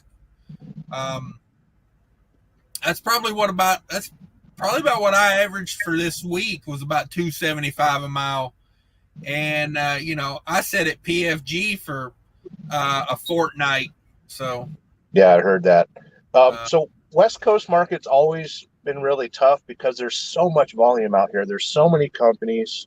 It's you can find good paying loads, and I know like Idaho's paying pretty good to get out of and stuff, but like right now, you could look on the load board. Well, it's a little late right now, but you can find loads to California from Utah right now. Go down to San Diego, $1 a mile. Because many trucking companies are based in Southern California, they'll take anything to get the truck back. And that's what I have to compete with. So I think aligning myself with a bigger carrier, they have about 150 trucks and good fleet. The trailers are pretty new and stuff, and their customers are really cool. I think I'll be able to cash in on that. It might have been a couple years ago now when I did power only locally. I was making, I think, $2.40 a mile, and that was back when everybody was making $4 or $5 a mile and stuff. And I felt like crap. I'm sleeping on my game, and that's why I went and rented that reefer trailer last year and chased the open market a little bit and give me a chance to see the country. I'm tired of watching the news and hearing about everything going to crap, and it's like I want to see it for real. Yeah, you don't want to miss a good crap storm, that's for sure. No, and when I first got into trucking, it was right after a recession and stuff, and I remember, I was working at CR England, and I was training, out of work real estate agents and construction workers and all that. I've had every walk of life on the truck with me, and we were driving through Springfield, Missouri or something, and there's a Bentley dealer and a Lamborghini dealer and a Rolls Royce dealer, and I was like, wait, we're supposed to be in a recession, and you could buy a Lamborghini or Ferrari anywhere in the Midwest. Like, what? That just doesn't make sense. But years ago, I had somebody tell me, like I said, I worked in the currency industry, hauling money and stuff. They said money is never created or destroyed; it just changes hands. But I think today it's different because they're printing so much money and everything about the market now is absolutely, you can't explain it. Yeah. Vic Mann says we look like 3 truckers in one truck. Come on. Well, I did drive for CR England. I did have 2 students on the truck for a while. So what they would do, like if you had 1 student on the truck, they would charge me $250 a week to teach a student. What? But whatever mileage that they got, I got the reward for running a truck at almost team speed. If I could get them to shift and drive and learn to be a trucker, I can profit off the mileage that they give me. But they still charge me $200 a week to train a student. They would waive that if you had 2 students on a truck. So if you got one guy that's 1 week away from graduating into phase 2, bring a new guy on, And I wouldn't do it, but a lot of drivers would let those two guys like cross train each other and just sleep while you got like, a pair of monkeys driving the football. How Hell do you yeah. sleep with that, Yeah. And, You want to stay yeah, alive. so Sterling, what did it smell like in that truck? I don't own that truck anymore for a reason. Yeah. My God. So if a moderator could drop a link to Sterling's channel, I recommend everybody go. Didn't you do a video where you told the story of where a guy jumped out of your truck? Oh yeah. Look back through my channel a little bit, and it'll be under Red Light Rambling. And yeah, I told the story of a student that he wanted to commit suicide because he didn't want to pay child support and alimony, and he jumped out of my truck just east of Chicago, and I was half asleep, and he was a really good driver. I trusted him, and I'd prop my pillows on the back wall of the cab so I could watch out the windshield anytime I got somebody new driving my truck. And I was halfway asleep, and all of a sudden I was dreaming about wind blowing in the cab, and the papers were blowing, and the lights came on, and I was like, that's a weird friggin' dream. And I realized he had jumped out. There's nobody in the friggin' driver's seat. I jumped up, pulled the air knobs, and broke a couple ribs because I fell. I broke the Qualcomm off the dashboard. It was a Cascadia. Fell between the passenger seat and the floor, and I was pinned. And once I got my fat ass out from underneath there and looked over, the truck stalled, thankfully. I look up, the passenger side mirror is right up against a sound barrier. It had almost scratched it. And I look out the driver's side door, it's swinging in the breeze, and a cop rolls up and he says, I don't know what the hell you're doing here, but you need to move this truck. And somebody else pulled up behind him and was honking and stuff. And he's like, somebody fell out of his truck. We need to see what happened. And you could see the cop was like, I think it was close to the end of his shift because he was thinking, oh crap, paperwork. But we jumped out and we looked, and thankfully he didn't roll underneath the trailer or anything stupid like that. But I sat down on the K barrier because my adrenaline started getting to me, and I started getting lightheaded and stuff. And I'm sitting next to the barrier. I see some blood, and I called the cop over, and he shined his light down, and I guess the guy rolled, got up, and then jumped over the K barrier, and there was railroad tracks down there, and he was off into the night. He had checked in at a hospital a few hours later under a John Doe, and they refused service till he actually fessed up to what he'd done and stuff. But yeah, if you look through some of my old videos, I tell some of my stories, from CR England and all that stuff. And they were actually, I was writing a book for a while. It was going to be called Trucking Bad. And I kind of ran out of steam on it, and I figured, well, I got all my GoPros and stuff, and I'll just tell some of my stories, and maybe people will enjoy it. I did enjoy that one. That guy that jumped out of the truck near Chicago, did they shoot him before he hit the ground? Oh, you probably had to pick all the empty shells out of him before he run down the railroad track. Yeah. Yeah, I remember you telling that story, man. I was locked on that video. I was, I put it in the watch later, and I was just cruising down the road late at night, listening to that story. And I was like, this would make a damn TV show, or, like to animate this would be amazing, like Right. have an animated version of it. Right. Yeah. But no, I've always loved trucking, and even though I was a diesel mechanic for years and got into, being an independent contractor for CR England and stuff, that's when the bug bit me, and I was like, whoa, I can own a new truck for, my signature and basically pay $6,000 a month to run 6,000 miles a week and burn myself out, and my family hates me and my friends don't talk to me anymore. It's like, but I get a new truck, cool. Yeah, it's all worth it. Yeah. But I it's a hell of a way to get into. It was, and I always tell people, like, start with a big carrier and just take notes. Don't complain. If you can survive it, you can run your own company. Yeah. It's like being paid to go to college. Yeah. And there's a lot to be learned at a big carrier. I mean, they got big for a reason, like. Yeah. What I appreciate more out of big carriers and stuff is what tricks that they use to make the process simpler. Like, I hate trip packs at truck stops and stuff like that. And I was one of the first trucks at Cedar England that had a scanner in the truck that actually went through the Qualcomm. And I loved being able to scan from the truck. And now today I've got, my printer, this smartphone. I can scan bills in a split second. My factoring company loves it. Everything's cool. That's anytime I see something in the trucking industry, it makes the job a little bit easier. I'm totally cool with. Yeah. I used to have one of those Qualcomm scanners. I remember beating one into a million pieces against the dash one time.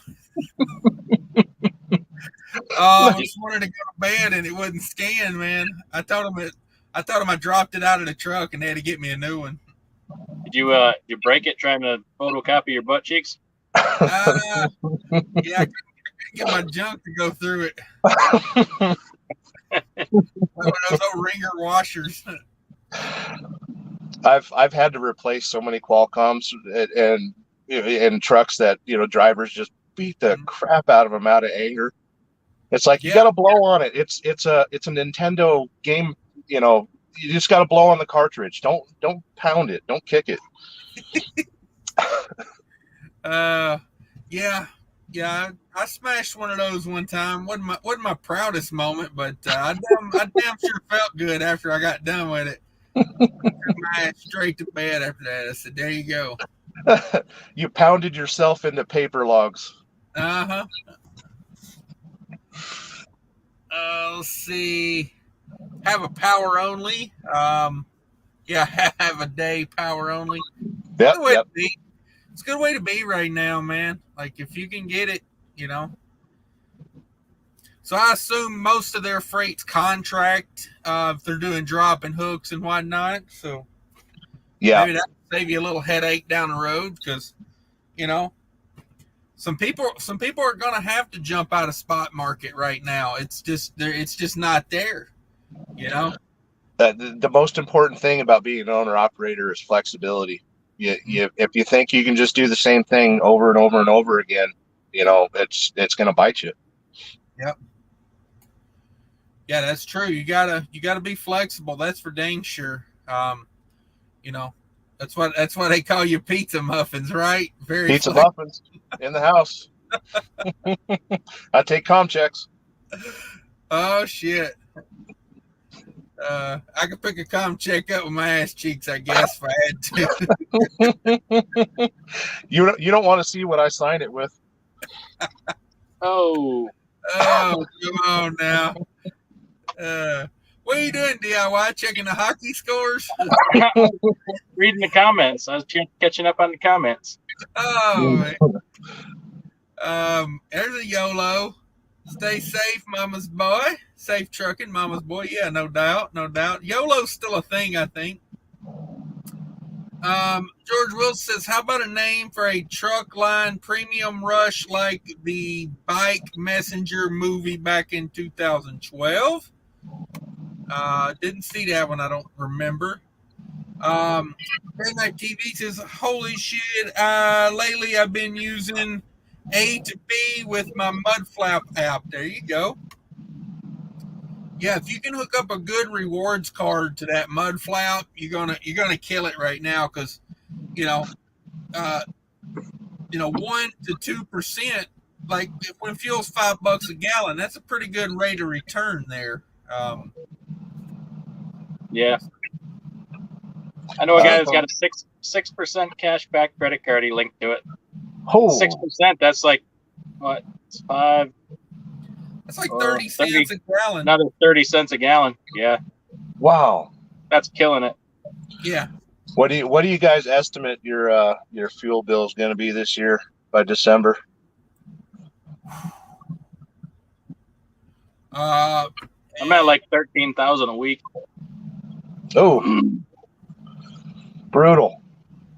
And that's just fuel card ones. That's not including when the guys use Mudflap. Right. Just the one truck that I ran last year, it was, I think, 128,000, but it'll probably be double this year. I don't know.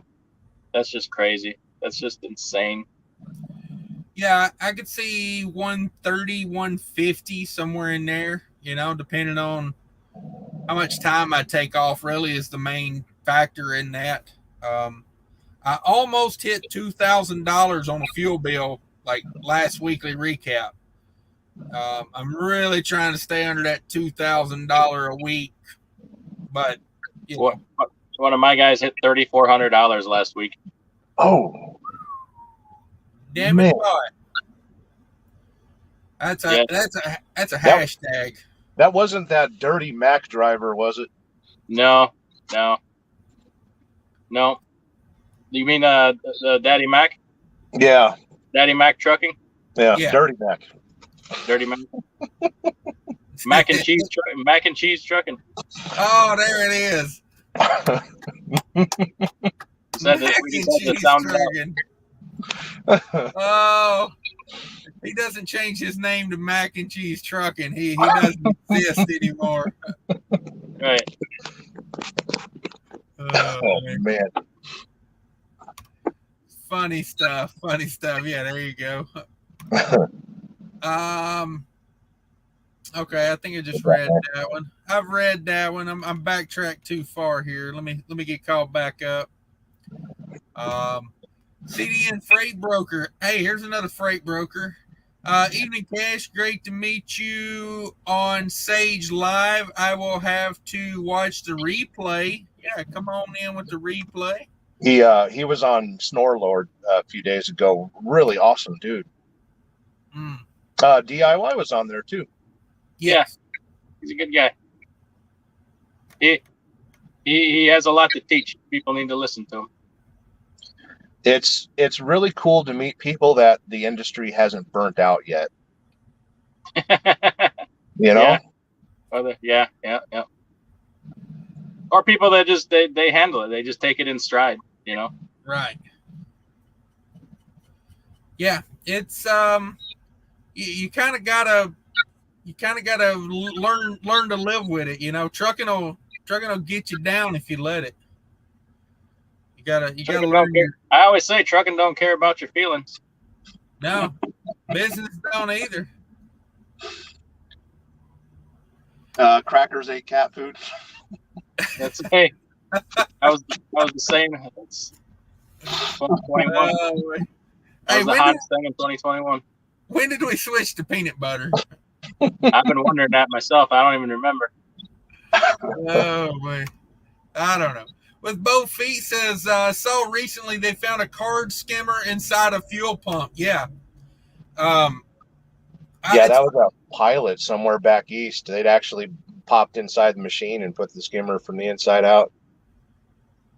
I watched YouTube videos about that. Funny, it got in my algorithm, and they were showing them at the 7-Eleven. And dude, there's no way you could tell that was a card skimmer. No. So they copy the actual the machine, you put in the numbers and all that stuff, and it just looks like a brand new faceplate on it. It's so cool. Yeah, they were actually these people were actually ordering them from the manufacturer, and oh my gosh, it's funny how those got across from China, but everything else can't. No doubt. Or they have all the chips they need to make electric vehicles and autonomous vehicles, but they can't make and card skimmer. Yeah.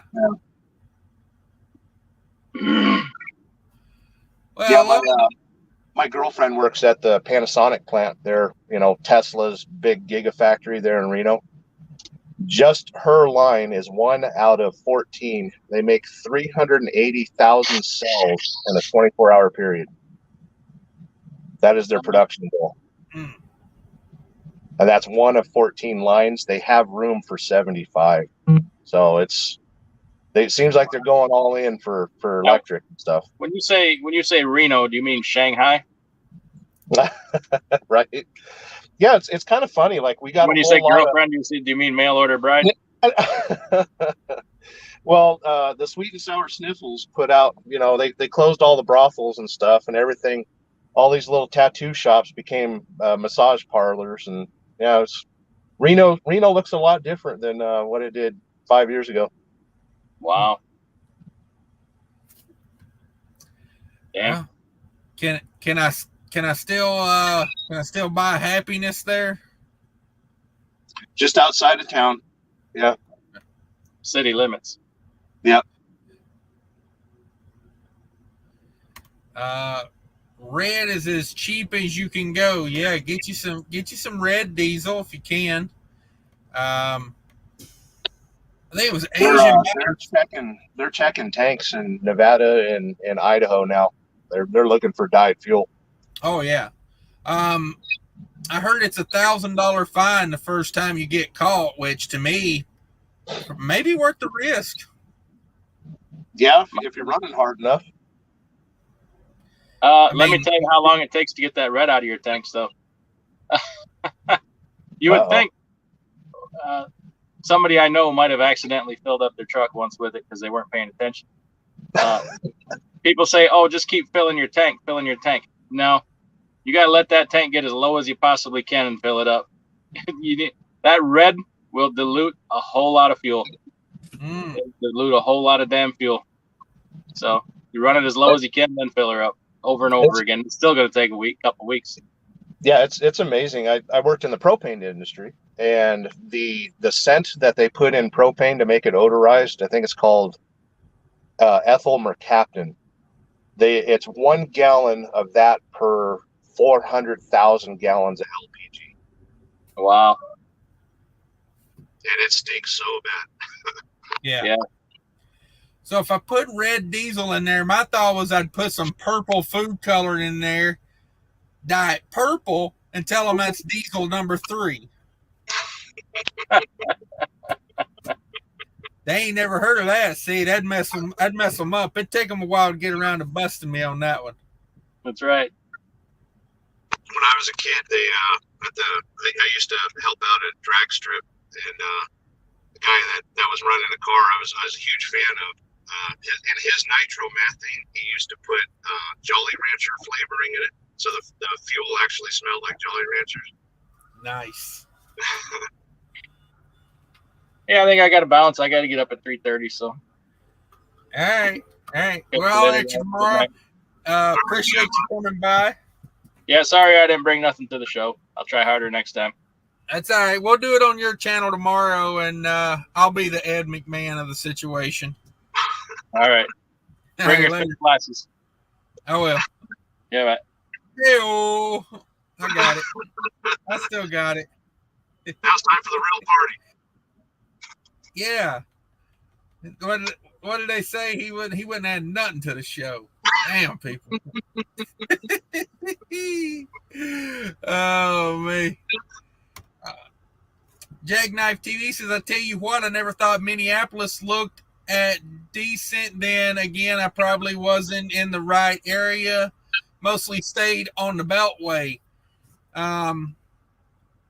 Never looked at decent. Yeah, that's a good place to stay. Don't get involved with anything inside the Beltway. It's not worth it. I thought Jackknife was doing flatbed now. Yeah, I thought that too. I thought he was switching it up. Eddie's in the house. What up? What up, Eddie? Hey, Eddie. Check out that Columbia there, man. He's got her chromed out. Oh, I miss my Columbia. You don't see them much anymore, man. They're going away. They're still floating around every once in a while here in the Pacific Northwest and stuff. You see those old Gordon trucks. I used to own one. I had no 6. The only thing that was on it was EGR. It was the last year before they started putting the DPF filter on them. Right. And at the time, I backdated it, took all the EGR crap off the motor, and I love that truck. I drove it up to, I think, 1.3 million miles before I had to sell it. Damn. I remember Gordon. Who got Gordon? Was it Heartland? It was Heartland. Yeah, they bought out the family, and everybody retired. The kids are still in running the Pacific Northwest for Heartland, from what I understand. Oh, okay. I'll turn on some lights here. Getting dark out west. Yeah, I'm sitting near. Well, should I tell people where I'm at? I wouldn't give away an exact location, but northern Utah, just south of Canada.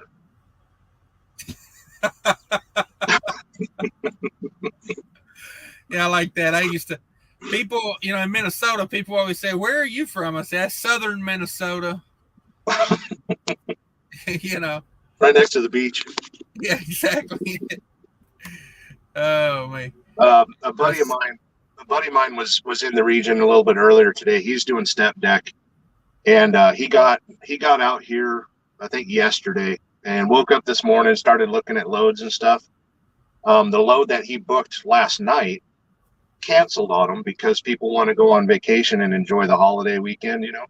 Right.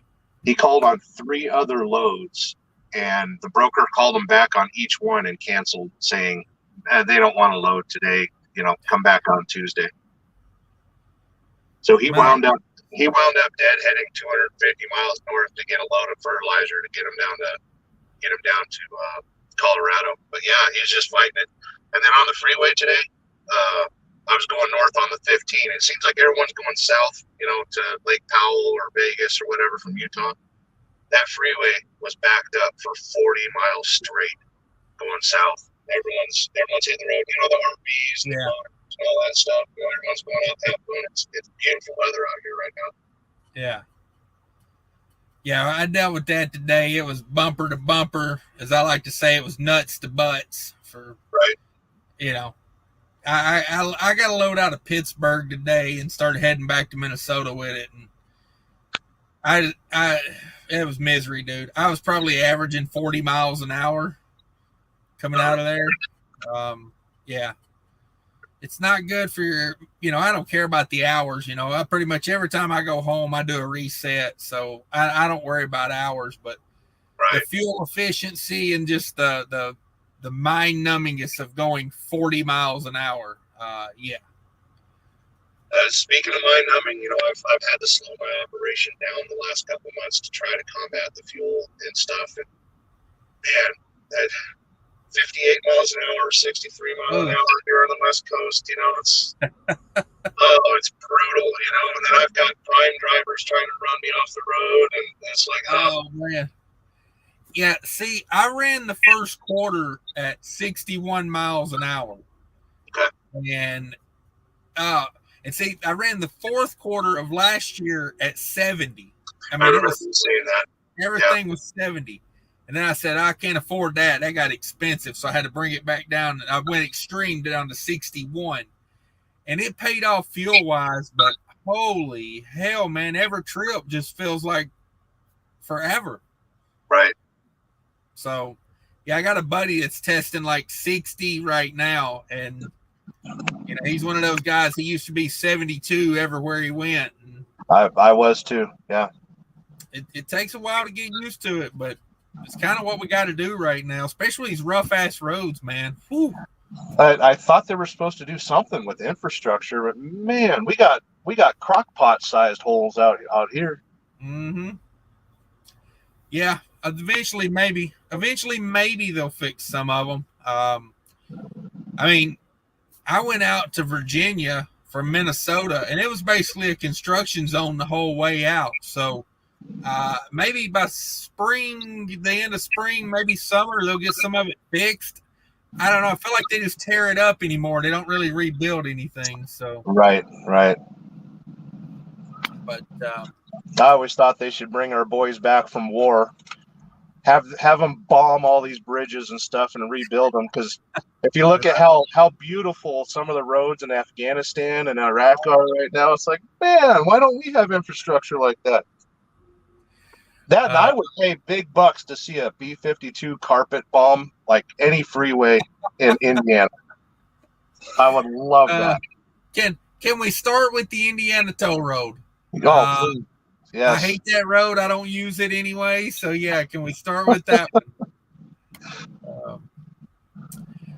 Casey Moe says, I'm going to try to use a chip reader from now on versus swiping. Yeah, swiping can get dangerous. Ask Sterling about it. Yep. So on that subject, EFS, they're they're investigating, but you're saying 30 to 90 days before they make a decision on that. Yes. Yeah. They say if everything checks out fine, it'll be a month minimum before they'll give me my money back. But it's it's a little rough. And then to add insult to injury, I reported it, and then 4 days later, I get an email saying we detected suspicious activity on your account. Nice. Please email us back as soon as possible. I was like, really? Here's my I have a claim number and everything. It's like one hand's not in the same country as the other. Right. Yeah, that's crazy, man. It's like I always tell people out here on the road, either use cash as far as your personal expenses. You go in the gas station to get a Pepsi or whatever. Use cash or a credit card. Don't use your debit card. It's easier to manage because it's not free money if you can hold it in your hand. Yeah. I did that yesterday. I jumped back into my diet. Before I hit the road, I fired up the Traeger grill and did a bunch of chicken and beef and stuff. So the fridge is well stocked. But I stopped in Flagstaff at the Little America there, and they've got a good little hamburger stand there. And I was like, you know what? I've earned this. Let's have a hamburger. And I all I had in my wallet was $5. And I was like, yeah, it was $15. I was able to pay in cash. I felt the cash. I knew what I was going to pay with. It wasn't just swipe a card and run back to the truck and pig out. Right. But it was the first time I'd had caffeine or a soda in over a week, and my skin crawled for like 6 hours before I went to bed. Oh, it was brutal. That the withdrawals from sugar and caffeine and stuff. Because I've been drinking water. I've been doing those Mio flavors like you do. Yeah. And just to add some flavor to it, Yeah. But yeah, my skin was literally crawling.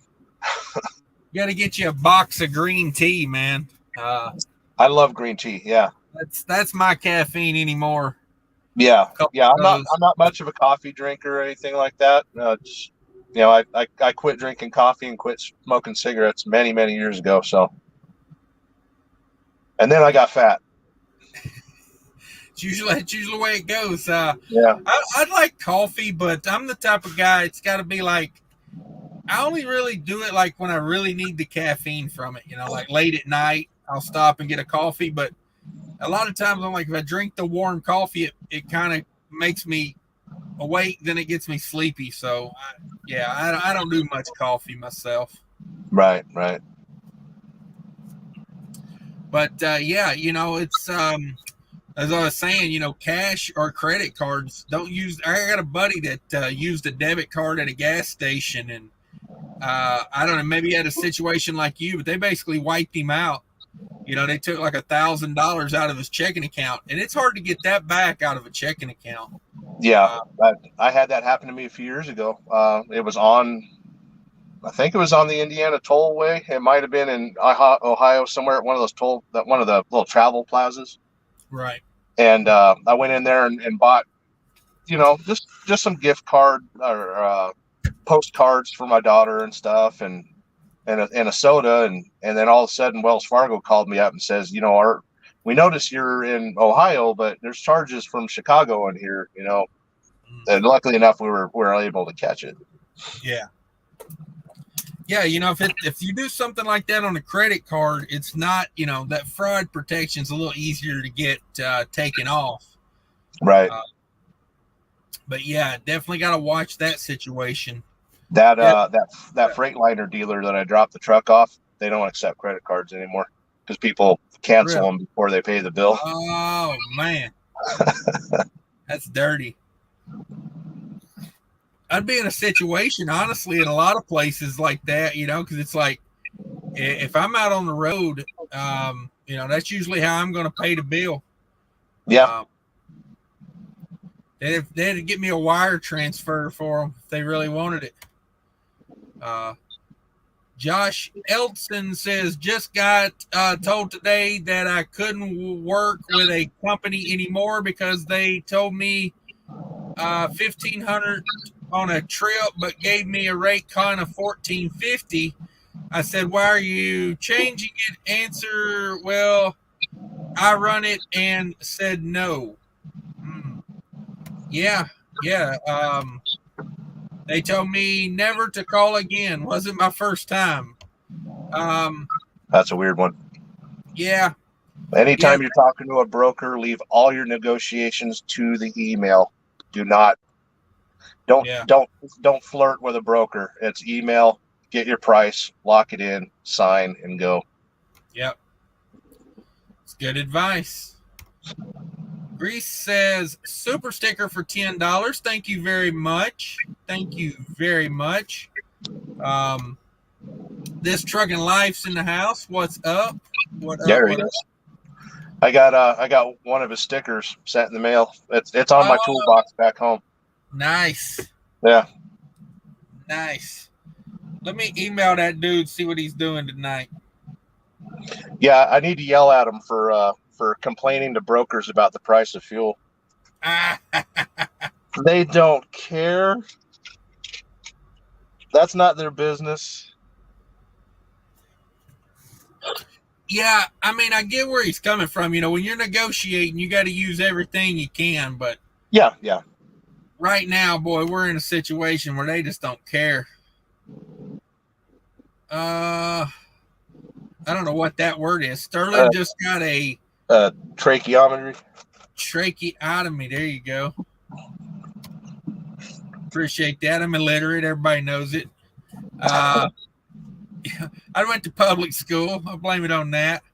No, I went to LA Union public school, so I'm even worse. I went to a podunk school in Tennessee that had about 400 people.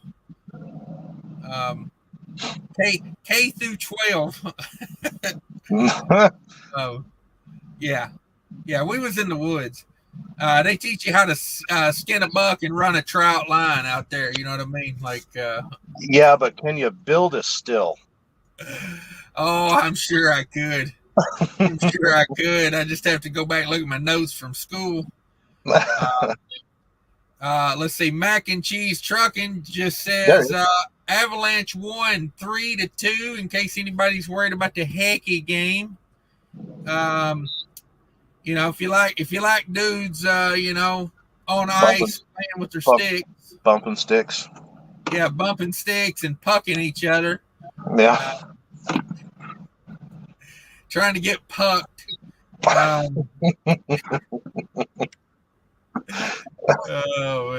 Dancing on the ice for admiration. They love slamming each other into the wall out here.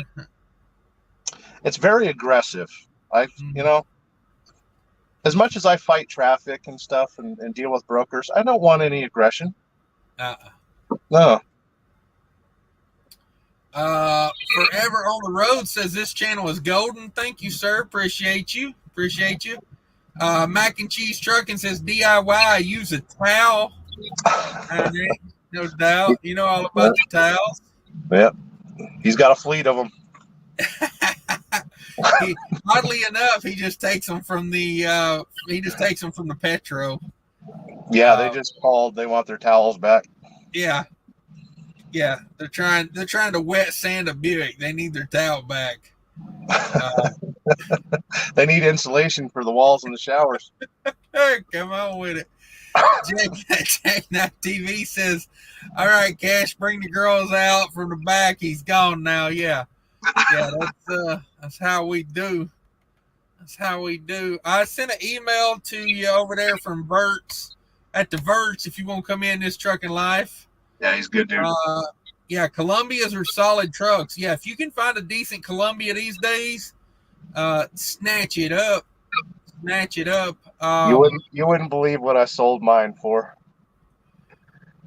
I've gave away some good trucks in my life as well, man. I don't know if you sold yours It for a had high price or a low price, but no. I sold it in 2016. It had that DD. It had a Detroit 60 in it.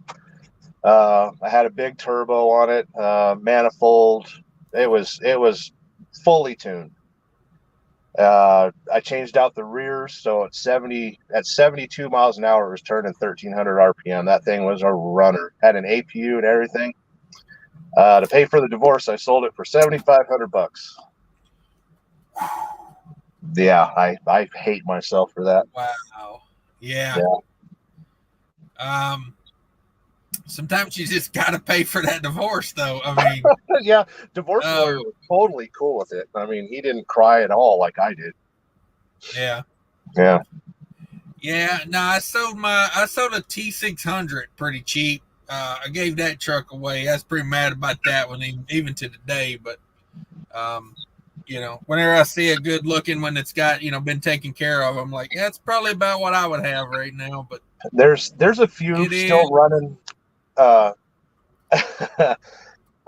a few still running in SoCal and stuff, and the guys have lowered them a little bit. They're hauling hay or whatever. It's just beautiful. I love those trucks. Is my audio screwed up? I don't know. What are you guys saying, Cyborg? I was watching this guy beside me. He was post tripping his truck, but he was shining his flashlight at my truck. So, he's trying to see if you got fuel in those tanks. That's right. He's checking that reefer. See if it had any fuel in it.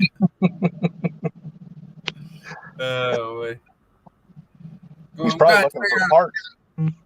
Yeah, no doubt. He's in a rental truck here. It says leasing and rental.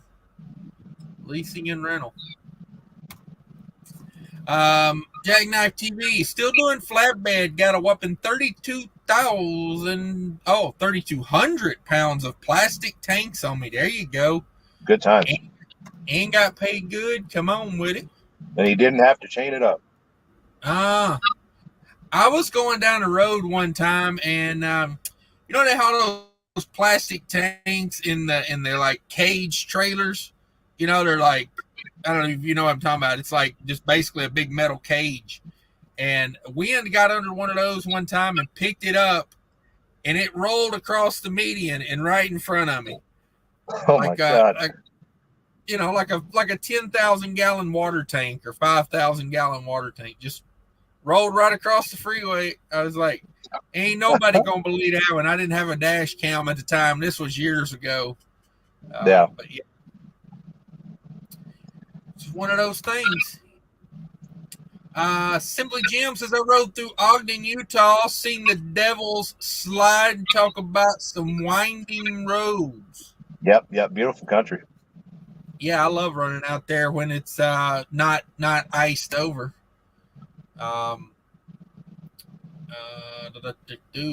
Logan, yes, I'm all over that area right now. At 801, he'll be over there. He's stalking you right now. He's oh good. I'll leave the doors unlocked. The lube's on the passenger seat. Right. Where's the towel? Mac and Cheese Trucking says, hang it from your window. It's the best. Is that code? Yeah. Went through there both ways today. Dropped off in Ogden. Okay, Adco's always out there running in mountains. Good. He loves to run a mountain. Yeah, I've been running up and down 89, to get to Phoenix from Logan, and that road is so bumpy that it's freaked out my Garmin dash cam. So now it just records all the time and thinking it's a critical event or whatever. Wow. So I've had to reach up and unplug it because it wants to record all the damn time. It's speed limit 55 for real. Whew. Yeah, you gotta want it if you're at 55. That's saying I really, really gotta have it. Jackknife TV says I don't know what I'm getting. I just did Wisconsin state line to Milwaukee at about 80 miles per hour. Come on with it. Wow. He's Uh, only doing that because them state patrol are taking an early weekend. it's true. It's true. I don't like going that way through Milwaukee. I guess if you got to, you can, but You gotta stop at the Cheese Castle.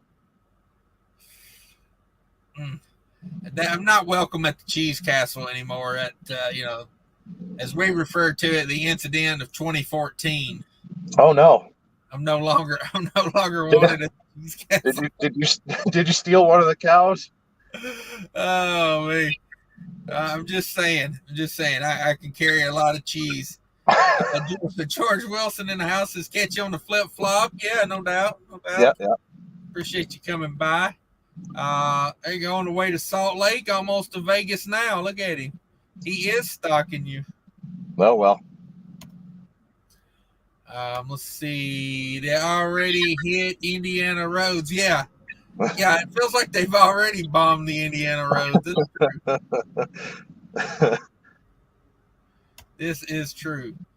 Swiper, no swiping.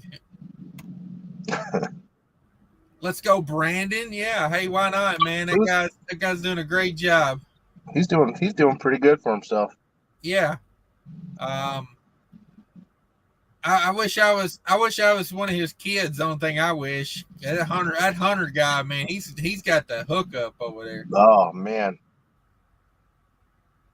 Trucker assistant coach. Yeah, Sierra England.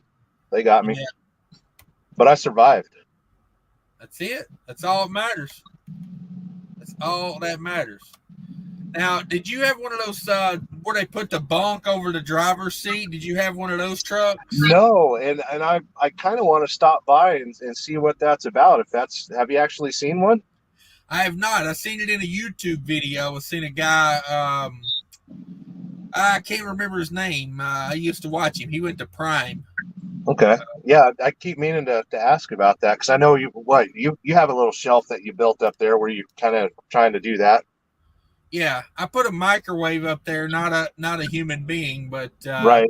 I mean, things get tough enough. I mean, we got to traffic some people. We got to traffic people. Yeah. Have you had a chance to release the video on your generator and AC yet? No, I haven't got that done yet. I need a day when it's not raining and it's not, basically not raining. I was going to work on it today, but here's how my day went. I woke up with a phone call that said, do you want a decent paying load back to Minnesota? I said, sure. They said, well, you need to start driving like right now. I was like, son of a bitch. I mean, that's how it goes. Like, I never get a normal load. It's always like I jumped up, I did a pre-trip, I hit the road, I drove 70 mile an hour in the rain all morning to get to the pickup. And the broker calls me and says, if you're not there by 2:30, they are going home. And I said, because I was supposed to have been there at 2:00, and I was like, it ain't happening. And I showed up at 2:27. I checked in at 2:27. Oh, man. And, they were not happy, but they loaded me damn quick. That's for sure. Good. Yeah. So I took it. Yeah, that load that I brought up here, that's a funny comment. that load that I brought up here, it came from a dairy plant, and they loaded it like outdoors in Phoenix. It was 113 friggin' degrees outside. Nice. And they told me to park up next to this outside dock, leave the doors open, they'll get to me. Well, they took a lunch, and my trailer went from 5 degrees up to like 65 degrees. Uh-huh. And they come up and say, we're ready to load you and stuff. And I was like, should I pre-cool this trailer a little bit? And they're like, oh, we don't care. And they loaded whatever the product was. I don't remember what it was. And so I've got one of these Oh, the I used to work in the air conditioning. I've done so many damn jobs. These little thermometers, Right. and so I used that to pulp the load, and it was 70 degrees for the product. And I called the broker, and I was just like, is this legit? And he's like, oh yeah, they use our trailers to freeze their product. And I was like, well, good thing I'm not hauling this crap. I'd be pissed. And that reefer, I've never heard a reefer scream all friggin' day. It didn't get down to 5 degrees until like 3 o'clock this morning. Wow. And that thing was screaming. Yeah, that's I hope they pay well for that, because they're running the hell out of some trailers. Yeah, and I woke up to a low fuel light. And I was like, and I knew it was getting low, so I put it on Cycle Sentry to try to save some fuel. Wake up to the fuel light, I run down to like Beaver, Utah to get fuel. The pumps at the Pilot crashed as I was trying to put fuel in the trailer. So I went inside to pay, and they're like, yeah, we're not going to be able to fix this issue. You're sorry. Yeah. So I've run back up to the truck. So if anyone saw my truck leaving Beaver, Utah today and peeling out, it might have been me. Went down the street where I thought there was a truck stop, and it was just automotive pumps. And I'm looking at the overhang at the gas station as, maybe I could squeeze the reefer tank in there, And I was like, no. And I found another spot down the street and got fuel right at the last moment. I was so worried about the reefer dying that I pumped the fuel as slowly as possible so it wouldn't suck up the air, Oh, man. Yeah, that's a fun one, man. That's a fun one. Mac and Cheese Trucking says he's not going to change his name. I've already changed it, Mac and Cheese. I'm sorry, but we could petition YouTube. I think it's 100 subscribers like in a day if you change it to Mac and Cheese Trucking. People would love that name. Oh yeah, because it makes sense. You drive a Mac truck, it's mac and cheese. Like you could hear the cheese. You know what I mean? Like it's a great name. Exactly. Which is better? East Coast or West Coast? Midwest. Yeah. Lake Michigan. That's the best coast. No, anymore. Like I don't mind visiting the East Coast or the West Coast, but I there's no way I would live there or work there. It's just too crazy. Yeah. Yeah, I typically I'll run out east, but as soon as I get there, I'm ready to unload, reload. I'm done. I'm coming back. I don't know. That's just I do this for the money. You know what I mean? Like I'm like a stripper. You know what I mean? I ain't falling in love. I'm here for the money. Right. So sorry if anybody's in love with a stripper right now. I didn't mean to break your heart. Whoops. She probably don't love you. You know what I mean? Just saying.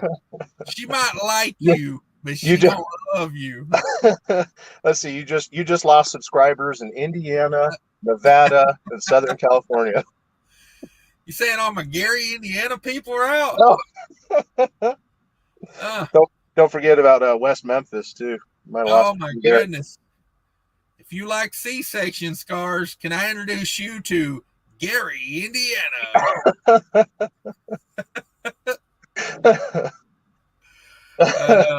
Are you saying them women are scratching debt? Yes. Yeah. I'm saying don't go to a strip club in Huntsville, Alabama in the middle of the day. I'm just saying. On a Tuesday? On a Tuesday. It's not the A squad.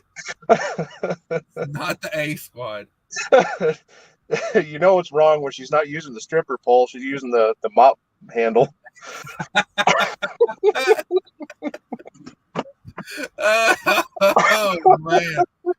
Oh man.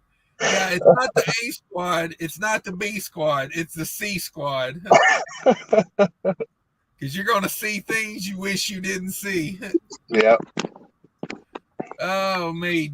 JD Jeff says 06 Columbia 99 engine. Woo-wee, he's got a truck there. Come on. Yeah. No ELDs for him. When the No world speed comes to an limiter. end. Yeah. What's that? No speed limiter on that truck. Come on with that. He do 100 mile an hour, and everybody else be parked because of the DEF shortage and whatnot. Yeah. Yeah. He be killing it. Sterling's audio went wonky about 15 minutes ago. Back to normal now. Okay. All right. Sorry about that, guys. Yeah. That's what we call him, Uncle Wonky. Yeah. Oh wait. If you're looking for an illegitimate father, Sterling will take you on. Just go over and subscribe to his channel. I think that's all he requires. Yep. Yep. No DNA tests. We're all good. Right. Any mods have Sterling's link? Yeah, somebody drop Sterling's link for me there if you could, please. Appreciate Where is Nomadic Brit?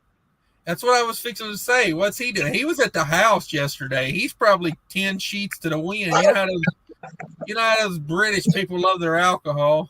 Well, he started drinking yesterday. Maybe he didn't stop.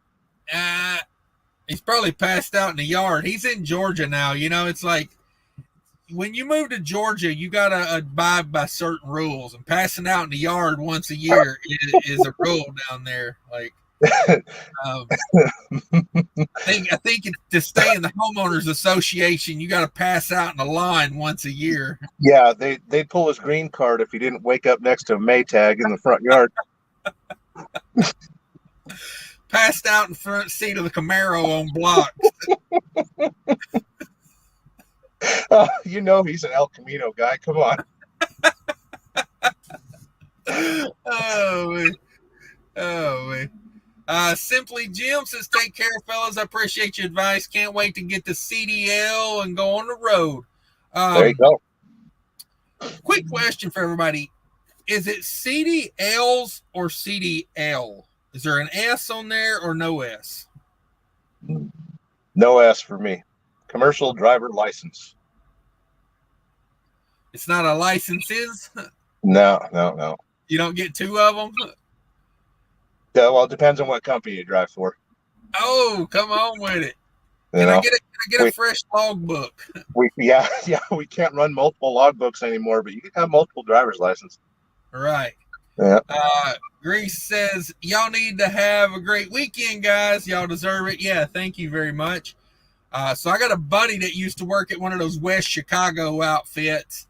And he used to tell me everybody in the office has a login to keep trucking.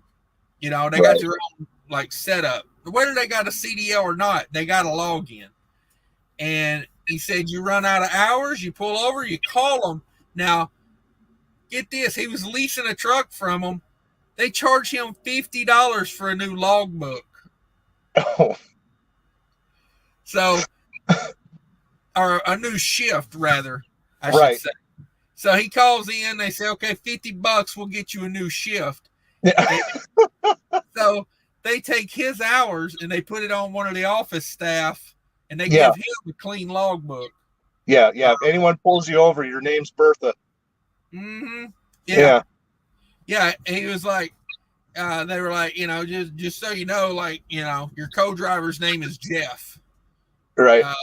That's literally what they would do. Get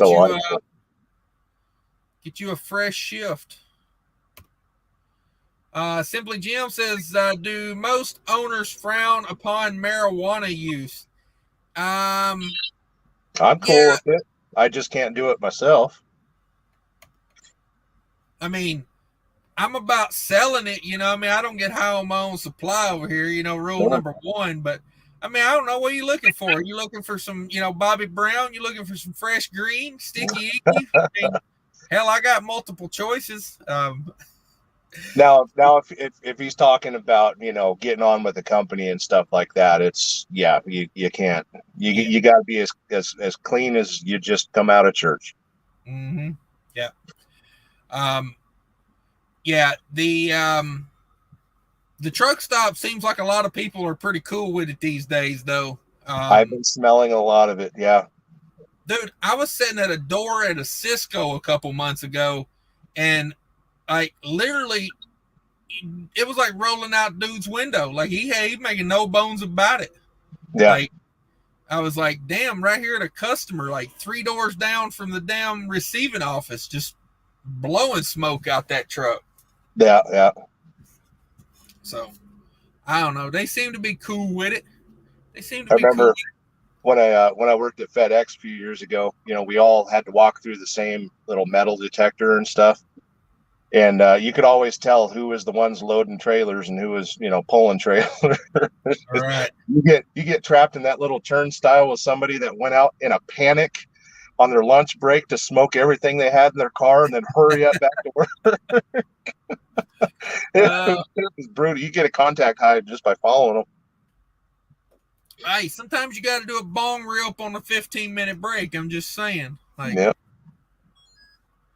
Just saying. East Texas Trucker in the house. What up, bro? What up, East Texas Trucker? There's a channel everybody go check out. Jack Knife says, I don't want to pay all those tolls, so usually cut my way through Chicago, but usually end up having to pay a few anyway. Then I hop my way over to 49 and down 30. Yeah, I mean, I hate going through Milwaukee. I pay the bullet toll is like $8, and you got to pay another one. You know, then you cut down 290 to 94. You know, go that way. It's not that expensive, and you know, you don't have to go through Milwaukee. Right. Howdy, East Texas Trucker. Yeah, everybody say hi to everybody. A lot of good channels in here tonight. If somebody could drop a Sterling link for me, I would appreciate it. Much appreciate it. Somebody drop that Sterling link. Steve says, got hit in New Jersey, just got out of NYC on a card. Yeah, no doubt. You ain't getting out of New Jersey without paying. Devin's in the house. Have a great weekend. Thank you, sir. It's a holiday weekend. True that. This load don't deliver until Tuesday, and I drove it. I got it under 700 miles today. I'm just saying, I'm gonna mash on it in the morning, and probably gonna be at the house tomorrow night. Yeah, I'll deliver Sunday up around Seattle, delivering to a couple Costco's.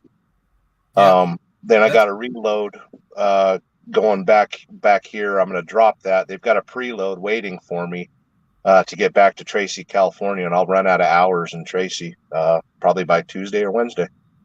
Nice. Yeah, pretty close to home. Yeah, I'm gonna try to be there tomorrow night and leave out again Monday morning sometime. I got to go deliver this, or Tuesday morning, excuse me. You know, the beautiful thing about Minnesota is, especially coming in from Wisconsin, they don't like truck stops. So if I run out of hours, you know, the safest place to park is the yard. Right. Just saying. We'll have to PC to the yard. As some guy described it to me the other day, had to hit the line 5. Go to line 5. Right. I said, no doubt. Jill says he's getting hungry. Fuel in California, $6.50 a gallon. Achiku, Bouchy. Come on with it. Yeah. That is rough. Just had a great ride on a classic Harley. Talk about freedom. There you go. Yep. Sweet. Pretty sweet. Jeff says MPGs are shit on that Columbia with a 99 engine. Are we talking about? Uh-oh. You can dial that in. That might need might be what I don't know. Could be what you're pulling. Could be where you're running. You know. Yeah, those motors they take to tuning really easy. Yeah, that's a pretty cheap one to go big turbo, big manifold, right? Yeah, I had mine done in PDI diesel in St. George, Utah, years ago. I've heard of those guys. Audio is good. Thank you. Yeah, only one CDL. Yeah, I think most states only want you to have the one. Yeah, Chicago, the Volvo Mafia. I've heard of those guys. I've heard of that. Let's see. Yeah, George. The tracksuit truckers. Yeah. Yeah, I used to dig. I think I had a live show called that, the tracksuit something. I took like an Adidas tracksuit ad and put my head on it or something like that. I think. I don't know. I got to looking back through my live shows the other day, man. I have put my head on about everything in the universe. I mean, I've been Elvis and I've been Yoda, and you can pretty much say everything in between. Yeah, you've been Kim Kardashian. Yeah. Pretty much everybody. I've been. What's that one Kardashian? The dude that's now the Bruce Jenner. I've been Bruce Jenner. Caitlyn. Yeah, I've been Caitlyn. Yeah. Oh, I'm sure my kids are so proud of me. One day they'll look at that and be like, "Holy crap! What the hell was that on?" It's not that he was on stuff; it's the stuff he done when he was younger. Right? Yeah. It catches up to us, kids. Come on. Yeah. You kill enough brain cells, you end up like me. Yeah. They don't just regenerate themselves. Right. Once you get older, they're gone. George Wilson says, if I had my way, I would shut down every company that pack 3 people in a cab of a tractor. It should be illegal. It's not safe. It's not sanitary. It's not mentally healthy for your psychology. 100%. No, can't argue that. I can't argue. Although, if trafficking becomes enough of a thing, I may put another bunk in. I'm just saying. Yeah. I thought it was truckers against trafficking, not truckers for trafficking. Oh, I thought they were starting a new brokerage. No, it's. Oh man. So they like my Facebook posts and stuff, and every once in a while, in one of my videos, my rambling videos, I always say at the end, "Have a day," because it's your choice if you want to have a good day or a bad day or whatever. So yeah, have a day, have cash day. Right. Yeah. I like telling people, I don't like letting them make decisions. Like if they come in here and say, "Hey, you're having a good time," not like, "Are you having a good time?" Right. I just like to say, "You're having a good time." Marijuana, I get sick of the smell. Ooh. Yeah. Yeah, I'm the same way.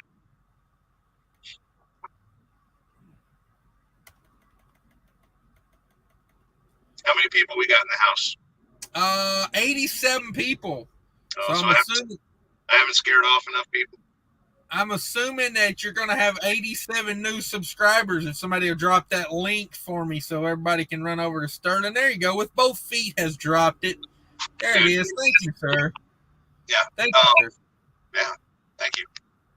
Everybody go watch that video where the guy jumps out the truck. I don't remember which one it was, but it's one of my red light ramblings. I'll turn on the red lights here in the cab, and right. People have told me that I look like John Favreau, so he's Texas trucker. We're gonna have to change Sterling's name. Oh man. Hey, I got somebody famous on here. Yeah. Mondo Goes Fishing says, try to get this money. Come on. Yeah, get it. Get the money. Get it for someone else does. That's right. Simply Jim says, I prefer medicating with marijuana over using Pharmasky or whatever. Yeah, I agree. I mean, but it's you will have to go to rehab or take a training program if you get busted these days. Used to, you would just be out of the industry, but now, it's like, it's not career ending anymore. No, it's like a hiatus. You know what I mean? It's like, go chill, come back in 3 months, clean, you're good. Yeah. Well, you can thank the trucking shortage for that one. Yep, exactly.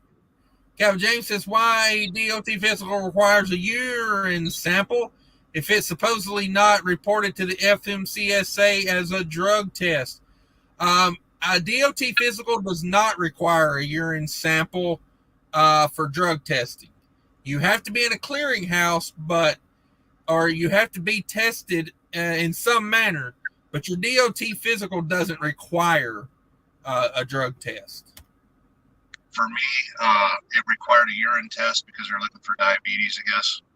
Oh, yeah. Now that one they do get me with, but yeah. My DOT physical, I do not take a drug test with it. Because I pay for it out of pocket. It's my expense. Yeah. And the company is in like a clearinghouse thing. So when my number comes up, I have to go take the P test for the drugs. I got somebody pulling in on me here. I just see headlights and I don't hear any crashing of metal yet.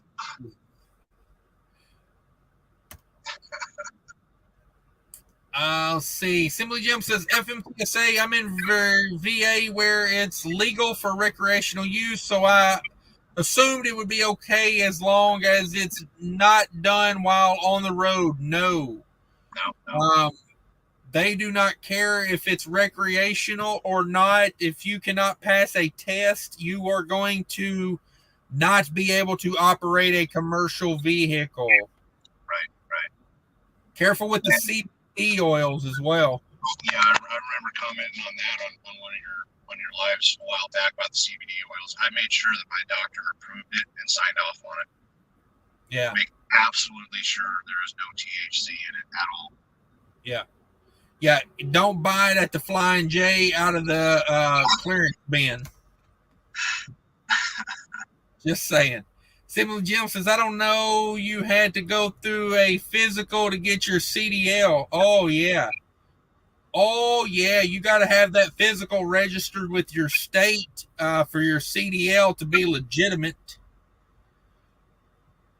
And it's nothing too hard. They just want to make sure you're healthy and you can stay awake long enough to hold the steering. I mean, hell, go to the truck stop and look at some of these guys that's got one. It can't be that difficult. Some of those guys that need dual wheels on the front axles. Oh, brother, you're overweight on your steers. That's for damn sure. Say, I ain't overweight on the steers. I ate the whole damn thing. Let's see. With more and more traffic out there, the infrastructure is way behind. These roads need a bunch more wider. Yeah.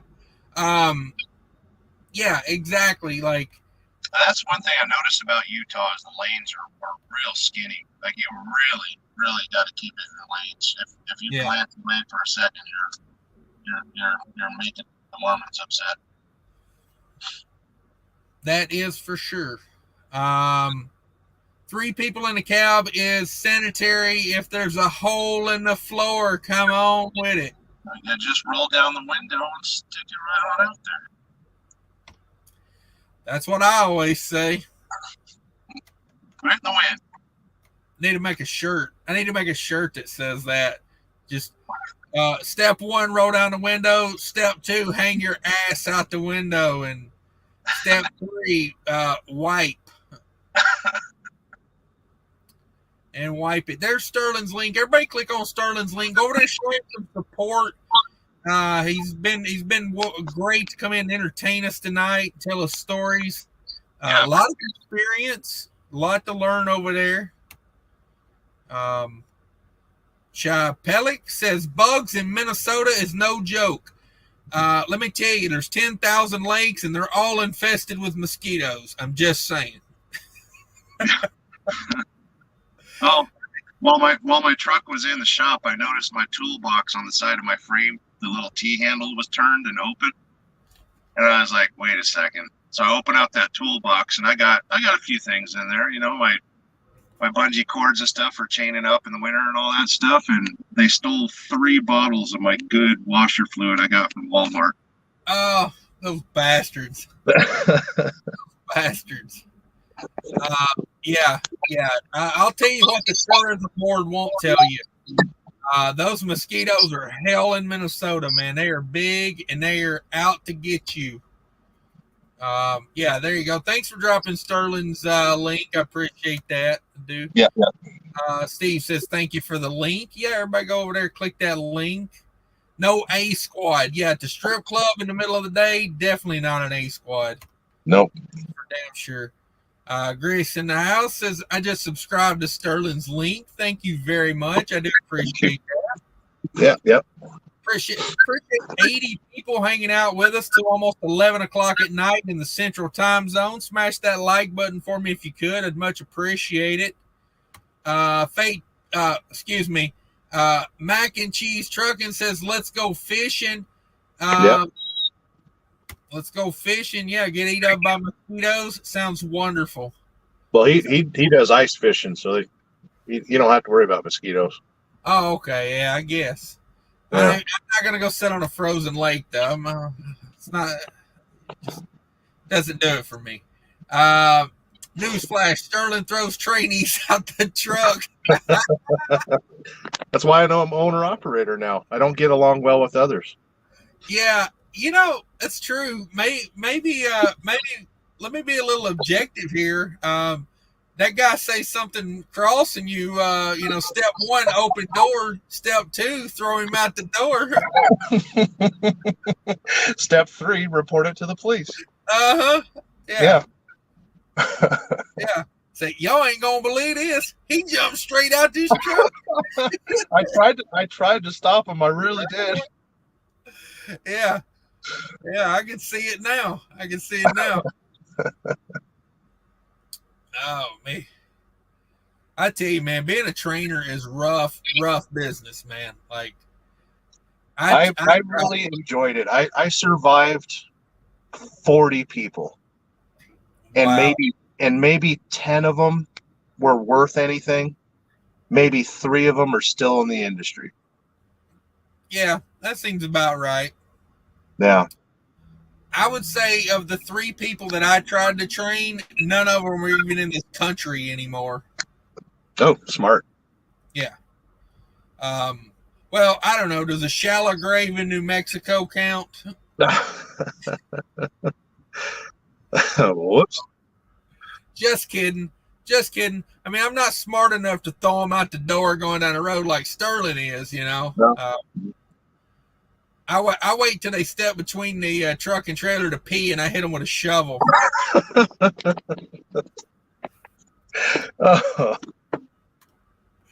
Lewis has got a student I'm training for fuel hauling. Came from Swift with 3 years experience. Says he was making $30,000 a year, staying out 2 months and home 1 week. How many miles was he running a day? Those big carriers are not efficient at getting you miles. And that's the biggest reason that guys quit Swift is any of the big carriers is you're not making enough miles. But that dude, he put in his time. He put in his 3 years. I'm willing to bet he's going to be a pretty good driver if he can put up with Swift for 3 years. Right. Yeah. Yeah. As long as he's not like brain dead. Yeah. He wants it. That's for dang sure. So, yeah, that's true. Guy hangs out there for 3 years. I used to see guys at CR England. They used to have this secret room that only like the veteran drivers got to use. So if you've been at CR England for 10 years or more, they give you this really cool, bowling Letterman jacket. You get this special key to this little secret driver's lounge and stuff. And I was like, Nice. do I want to stick with this company long enough to achieve that? Give them your heart and soul, and they'll give you a Letterman jacket. Walking around with a CR England Rolex. Yeah. You need me one of those. I did go on eBay at one time. I was trying to buy me a Prime, a windbreaker Prime coat, so I could walk around the truck stop in my members only Prime jacket. I don't know. I just thought it'd be funny, walking around in my high level Schneider jacket with all the patches down the arms, Right. Be like, I don't know. I just thought it'd be funny. I still wear my CR England hat every once in a while, just for fun. Right. Yeah, I don't know. I had a hat from USA Truck. That's the only thing I ever bought from them was a hat. That thing's long gone. I still got uniforms from Cisco and UPS though. That's what I go for as Halloween as a UPS driver. There you go. Devlis, I think that's how he said. Devlis says, "What do you think about a Tesla semi? I love them if they live up to what they say they are. It's got to have a twin stick. It's got to have crank windows, and I need 3 stacks, and they all got to be 8-inch out back. I want a stack coming straight out the hood. You know what I mean? Just like a top fuel dragster." The interiors of those things are actually pretty cool. You actually sit in the center of it, kind of like one of them crazy, I don't know, like a cement truck or something. Yeah. I think it'd be interesting to drive. I've seen them on the road on Donner Pass a couple times. They're doing training and stuff and just, trials. Right. Seems like a neat truck, but I think I don't know. I don't think it's going to happen. Freightliner's beating them to the game. Yeah. There's more trusted names that are going to beat them to it. Right. I hear Volvo's going pretty hard in the paint on that. So Volvo and Freightliner gets into it. Gonna be hard to compete with. Well, that's the competition that Tesla already has on the automotive side. They're competing with Porsche now, Mercedes, all the big manufacturers that make a quality car to begin with are they're coming to the market with really cool. I mean, you can get a Mustang that's electric now. I mean, what if Ford's doing it? Tesla needs to stay on top of their game. I seen one of those today, the Ford Mach-E, the one that's like a SUV. Not for me at the price range. Not for me. No. Not. Although I have looked at used Nissan Leafs because the depreciation on them is absolutely insane. Oh yeah. For a little car, like if you live in a city or whatever, or you just need to commute to work 10 miles or whatever, I think that would be fine. Yeah. Oh yeah. No, I think there's a place for electric cars in this world. Like a lot of people that I know, if you commute 20 miles to work every day, to me it'd be a no-brainer, but if you're working a 9 to 5, you just need an appliance. You don't need a car to enjoy, Yeah. Calvin says they're hard on weed, but you can drink a filth of liquor the night before and drive all day hungover. Yeah. Not only that, Cash, but the beer at the truck stop's actually surprisingly cheap. I love that on Trucker Path. Almost every review for every truck stop is, do they have beer? Oh. I'm like, that's what truckers need to know. Does the truck stop have beer? Right. So, yeah, drink all you want. Drink all you want. Can't see. Got to clean my windshield every 100 miles. Yeah, Minnesota, man. Them bugs up there. Them bugs, bro. You're going through all them. You're going through all them fields where they grow all that food, man. Like southern Minnesota. Woo, them wheat fields. Oh yeah. Like, it sounds like it's raining sometimes. The bugs are hitting so hard. Do you guys get lightning bugs up there? A little bit. I always think it's funny when they hit the windshield there in Nebraska or whatever, light up the windshield. Yeah, I like that. TBT says drug tests do not screen for CBD because it's not an illegal controlled substance. No, but if it's got THC in it, which a lot of cheap CBD does have THC in it, they do test for THC. Nevertheless, people who use CBD may still fail a drug test. Products that contain CBD may contain THC. Yeah, that's the key. 100% correct. Are you getting your CBD from the clearance bin at the pilot? No, I get it from behind the dumpster at Dollar General. Does the Dollar Tree sell CBD? Oh man, I need some gummies from the Dollar Tree. That's the top notch stuff. Gris says, I smashed the like button. Thank you very much. I feel like I'm the only one who did. Come on, y'all. Yeah, everybody smash that like button. Come on with it. Yep. Come on with it. This guy trucks in the house. Women love me, especially my hair. I don't like talking about hair. It's a thing. No. Block him. Yeah, exactly. Like, how dare you come in my live show and talk about hair?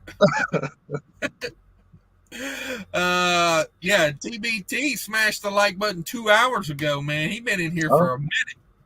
Yeah, we're up to almost 3 hours now. So everyone's talking about bugs tonight. Have you had any experience running a bug screen on a Cascadia? Is it worth it? No experience with it. Yeah, I don't know. I don't know.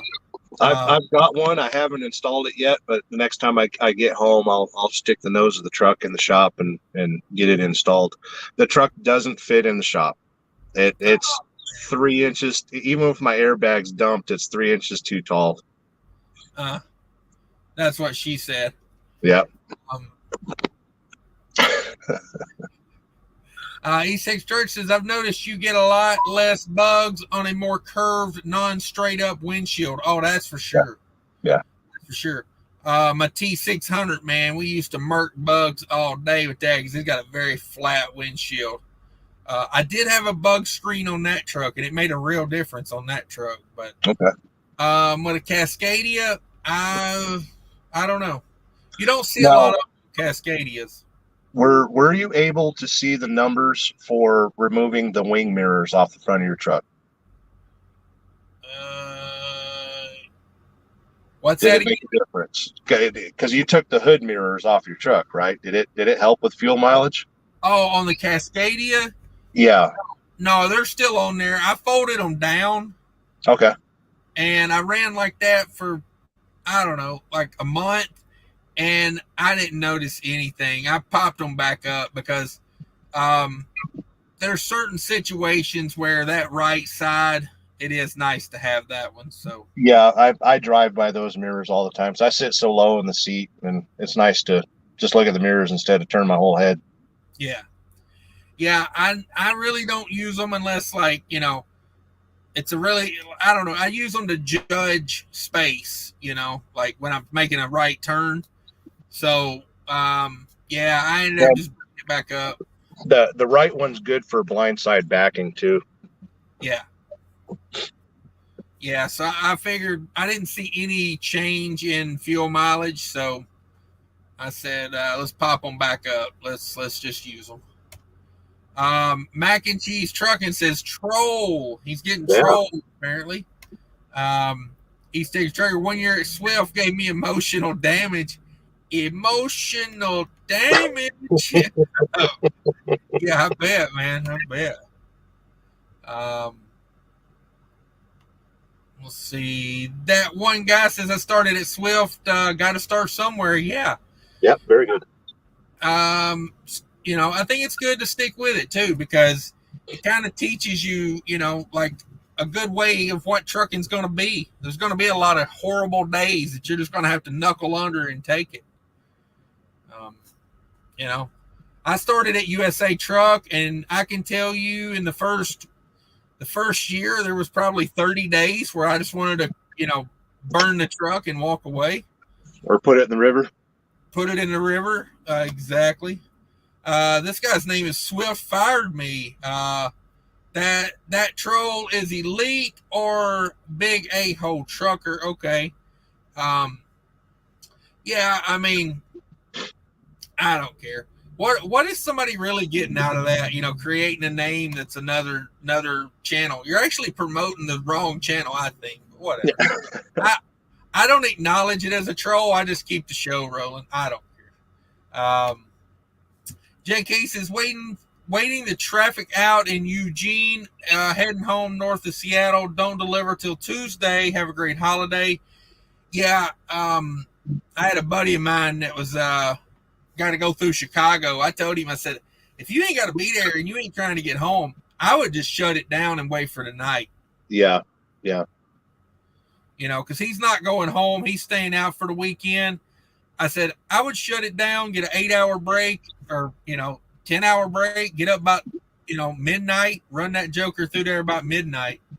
It's a good idea. Shut her down, wait it out.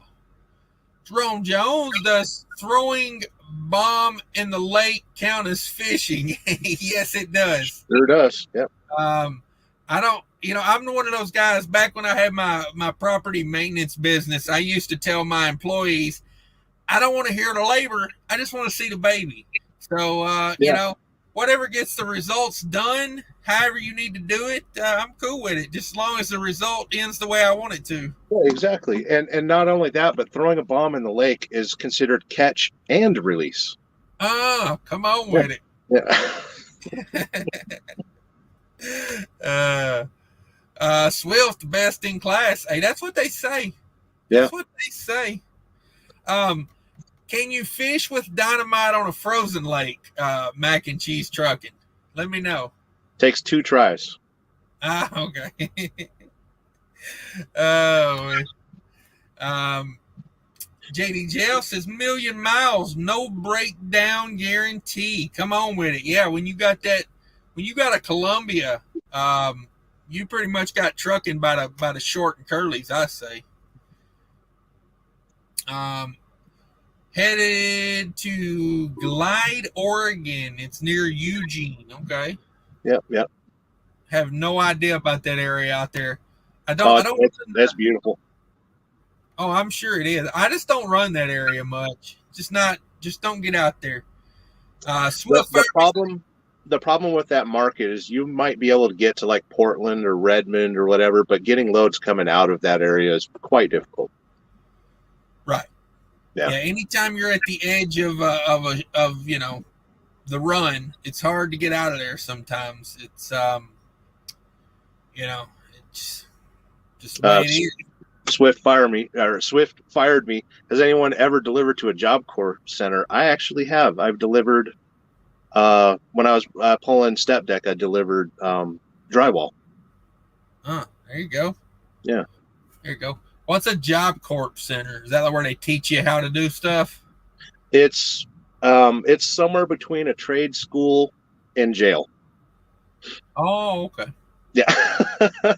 I don't know if I just pissed off a bunch of people, but there's only 2 people that I know have gone to Job Corps, and they were like, the judge said, you're going to Job Corps. Oh, hey. Yeah.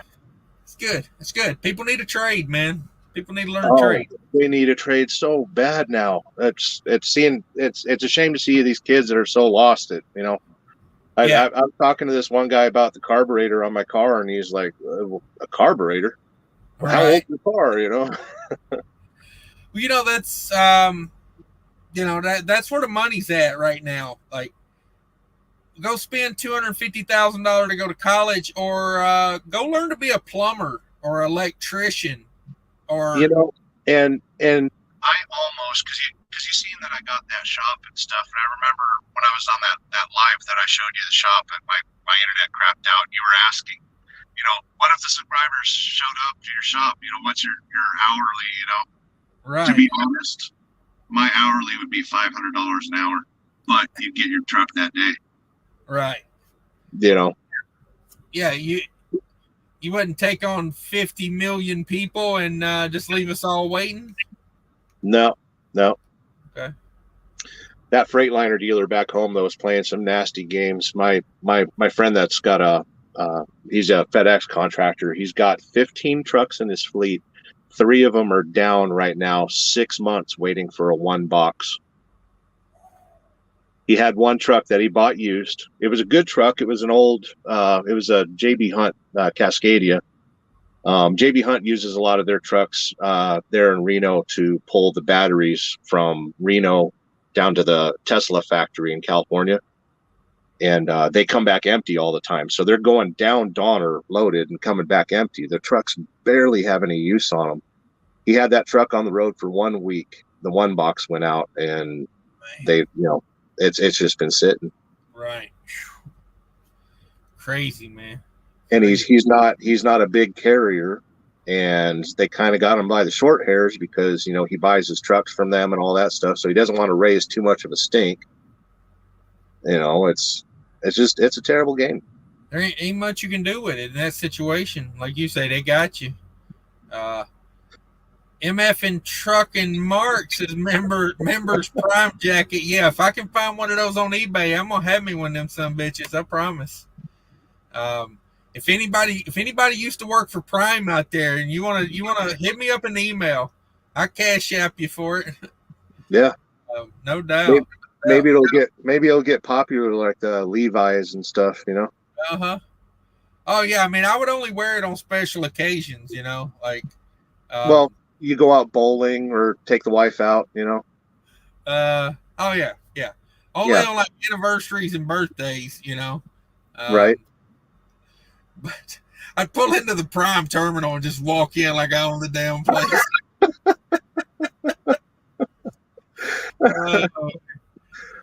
Walk right by the receptionist, right into an office. Yep. Just go straight into the lunchroom and just grab some food and walk out. Yep. Say, put it on my tab, sweetheart. I own this place. Yeah. Fake Trucking says that's what she said. Knuckle up and take it. Oh, I said knuckle under and take it. Yeah. But hey, Mac, I'll cut him some slack because Mac and Cheese Trucking knows what's up. Yep. He says no Tesla. JD Jeff says no Tesla for him. I get it. Night Ranger, best show in town. Thank you very much. Yeah, I hope we're getting some people home for the weekend, talking you through it. Yeah. Be safe out there. Watch out for all these crazies on the road trying to get to their camping spots. Yep. Swaying in the wind with your porta potty behind your F-150. I get it. Yep. Oh man, would it be easier just to poop in the woods than to buy a $30,000 RV and then drag it halfway home and then dump it somewhere? Yeah. I like that show American Dad. They're talking about an RV. He goes, if you like to travel with your poop, this is the vehicle for you.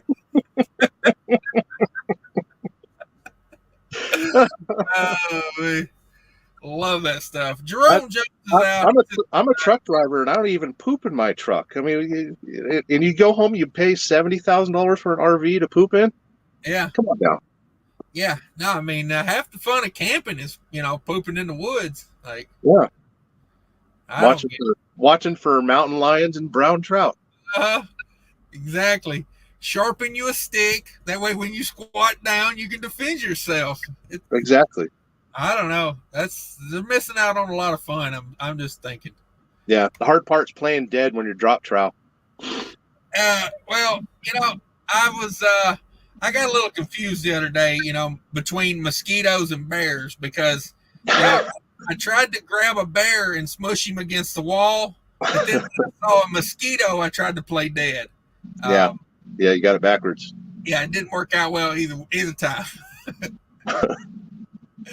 Oh man. Let's see. And what's with that bear paint? Anybody ever go to Home Depot and buy bear paint and then go to the woods and get mauled? Yeah. You know what I mean? That shit specifically says bear paint. Yeah. Nobody? Crickets? No.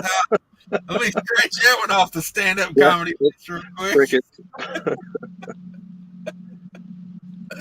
Oh, man. That one flopped, boys. That one flopped. Best feeling is when you see the light turn from red to green at the dock. Yeah, that's a good feeling. That is a good feeling, especially when you've been there for 13 hours. But that don't always mean pull out. You know, that's no. Yeah, you'll make enemies real quick when you walk into the receiving office after you step out of your truck and go in there and say, I got a green light, and no girl behind the glass will go, rah, rah, rah, rah. Yeah. And you're like, what? And then, basically you just screwed yourself. Good night, Jerome. Jerome Jones got to bounce. With both feet, says Sterling let most of the air out of your tires and pull it in the shop. I'd only do that if I didn't already own the truck and didn't want the repo guy to get it. All right. Yeah. I don't know. No, I'm going to wind up taking the top fairing off and just keeping it a mid roof, and that way I can pull it in, especially when I come up to winter, when I want to do my winter service and greasing and all that stuff. That's when I'm going to do that. Tiffany Harris says it's basically right about the Job Corp, but you can go voluntarily as well. She said. Yeah, you can. JD Jail says Tesla has no breakdown guarantee. Has no breakdown guarantee for 1 million miles.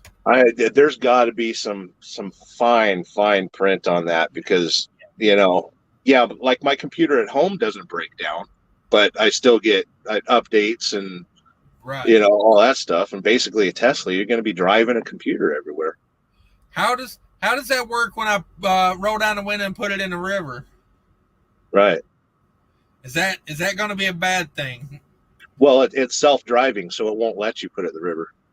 I will find a way. I will get out there and I will paint lines that take it to the river.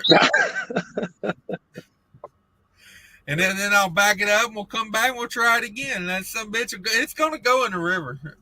Well, you just got to leave. You just got to leave a trail of AA batteries on the road, and it'll just follow that. Is that how it's find its way home? Yeah. Now I did watch a thing about the Tesla truck the other day that said you're never going to have to put brakes on it because of the regenerative thing. Right. They say you can get the big battery pack and you get yourself about 400 miles of range out of that. And it can recharge to 80% in about 45 minutes. Right. So, we're just 5 million charging stations away from having this figured out. It won't happen until they improve the grid and get us back on nuclear power or something. Right. No. You know what they need to do? Burn some coal. Oh yeah. No better way to go green than to burn some clean coal. Clean coal, yeah. Some bunker fuel. I'm just saying, like you watch, they'll resort to something that stupid to make it work, just so they don't have to say they were wrong. Okay, so this is a rumor, and I don't know if there's any truth to it, but there's somebody that I know that's a mechanic in Fontana, California, and he works on the trucks that do just the drayage. They take it from directly off the ship to a storage yard. That's all they do. They're converting those trucks to electric, and they bought a bunch of electric Volvo day cabs. Nice. But down there at the port, they didn't put in the charging infrastructure for them, so they rolled in a couple of those giant Cat, hospital generators. And those are charging the truck now. Oh, I love it. I love it. That's exactly what they do, man. That's exactly what they do. It's like, Yeah. let's burn diesel so we can charge these trucks. Just burn the diesel in the damn truck. My God. Right. Oh, Well, and I know like around there, they're really worried about, the diesel fumes in the neighborhoods that surround that area. So, still. what's the efficiency loss on that though? Like, Yeah. You'd be better off just to burn the diesel in the truck. Yeah. Bobby B, my guys. What up, Bobby? Thanks for stopping by. Yep. Lewis says, my company truck has been sitting at Kenworth dealer for 2 months. Don't know what I would do if I own that unit. You would probably sell it if you could. Get out from under it somehow. Let them repo it. Oh, wow. That's a good truck, too. Yeah. T680 day cab 2019 vintage. Vic Med had a live yesterday. He was talking about Cascadias. We have something. It's a common powertrain control, the CPC. I think it only affects the 2016 Cascadias or something like that. But people, they go bad. There's something inside that goes bad. There's a few YouTube videos on right now that guys are resoldering them and fixing them and stuff. But they're getting hard to find. If you have a no start issue, you still got power to your lights and all that stuff, but a no start issue on the truck and it's not the starter or something like that, you get it checked out. They say it's a bad CPC. It's a $5,000 repair right now. So yeah. Nice. That's a bummer. Let's see. He says your church's RV really stands for refuse vessel. Yes, exactly. Exactly. Bobby B thinks Sterling is hilarious. I do too. That's why I bring him on. Entertaining guy. He knows his stuff. Everybody go check out his channel. There's a link back there. Somewhere. Everybody check it out. There's a link in there somewhere. What's that? From this both feet. Yeah, with both feet. Dropped a link a little while ago. Appreciate that. Everybody go check out his channel as well, with both feet. Go see what he's up to. Lewis says, had an old Volvo at the yard that was about to be sold. Company put me in that one. It's about to die. Ooh. At least you got something, though. You can make money in her. That and maybe the boss trusts you to not break it, It's true. This is true. Swift Fireman says, I stepped in some poop one time coming out of the truck. Yeah. Hopefully that was someone's dog. I'm just saying. Maybe not. We've all seen those bags at the truck stop, Yeah. With Bo Feast says, I went to Job Corps voluntarily. There you go. Over to your Sterling's house, in fact. Yeah. So he probably went to the one there in Stead, Nevada. Okay. Good in theory, but run by the government, so as productive as peeing up a rope. Yeah. So probably. So the Job Corps north of Reno, a lot of the people that go through there, it's for construction and it's also for culinary. So a lot of guys will bounce from that and work in the casinos, working at the restaurants, the buffets and stuff like that. It's good. If you got a kid that's, not good enough for college and doesn't want to do the military or doesn't want to go to jail, Job Corps is pretty cool. Right. Yeah, and nothing wrong with learning a trade, man. It'll set you for life. Shop fees, I'm telling you, Tesla semi with a 20,000 watt generator strapped to the back is where it's at. Yeah, it's kind of what that Hillian does, right? They got electric motors with like a 3-cylinder diesel generator. Right.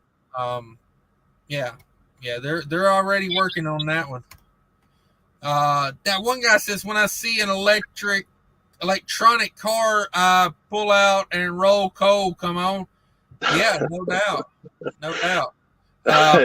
years ago, I went to a business meeting with a friend, and he had one of them Power Stroke Fords, big old dually and all that stuff. And we roll up to this place. The convention was at a hotel somewhere, and there was no parking anywhere. And I said, "Stop! Look, there's electronic car charging station right there. Pull your truck up to there. You've got a block heater. Just plug it in." That lasted about 30 minutes, and we got called out to go move the truck. Oh, nice. Yeah. Yeah, that's that's one thing I will require on my Tesla Semi. The stack will have to have some sort of smoke machine inside of it, and we'll have to blow smoke. I'm just saying. Yeah, and it doesn't have to hurt the environment. It could be steam. Right. Yeah. Right. Ever heard of Hillian trucks? Yeah. I would love to have one of those put on this truck, but at the moment, I ain't gonna invest in it at the moment. They used to be about $40,000 to retrofit, but that was in the beta program. That thing's like as much as a damn new truck now. So, but CR England, speaking of your boys over at CR England, is running those Hillian trucks. I'd look at that. Yeah, I seen one over in Maryland the other day. He had the sticker on the side. East Station Trucker says doesn't matter if it's less energy efficient as long as they can meet their quota for upcoming mandates. Exactly. So they can say, look, we made California greener. Now give me your votes in tax dollars. Yeah, that's exactly what they're gonna do. Yeah, and they're still working that carbon credit stuff too. If they make so many efficient vehicles, they get to make the inefficient ones too. Yeah, no doubt. But I think we're about to wrap it up. 3.5 hours does it for me. I'm sure you got things to do, and I got to go watch the hockey game replay and try to broker some deals out here with these lot lizards. Come on. I'm not the carrier. I'm just the broker. Right. Oh, man. I appreciate you coming by, Sterling. Anytime, man. I'll hit you up. You hit me up. Just let me know when you want to come on. We'll do it. We'll do it. Yeah, I appreciate it, and thanks everybody for commenting and sharing my channel and stuff. And good seeing you kids. Yeah, no doubt. Everybody, that was Sterling. Go check out his channel. I'm out of here, guys. Thanks, everybody, for stopping by. Thanks for all the super chats. Thanks for everybody that hung in the whole dang show and everybody that stopped in. If you watched this far, shoot, you might as well hit that like button. I'm out of here. Good night, everybody.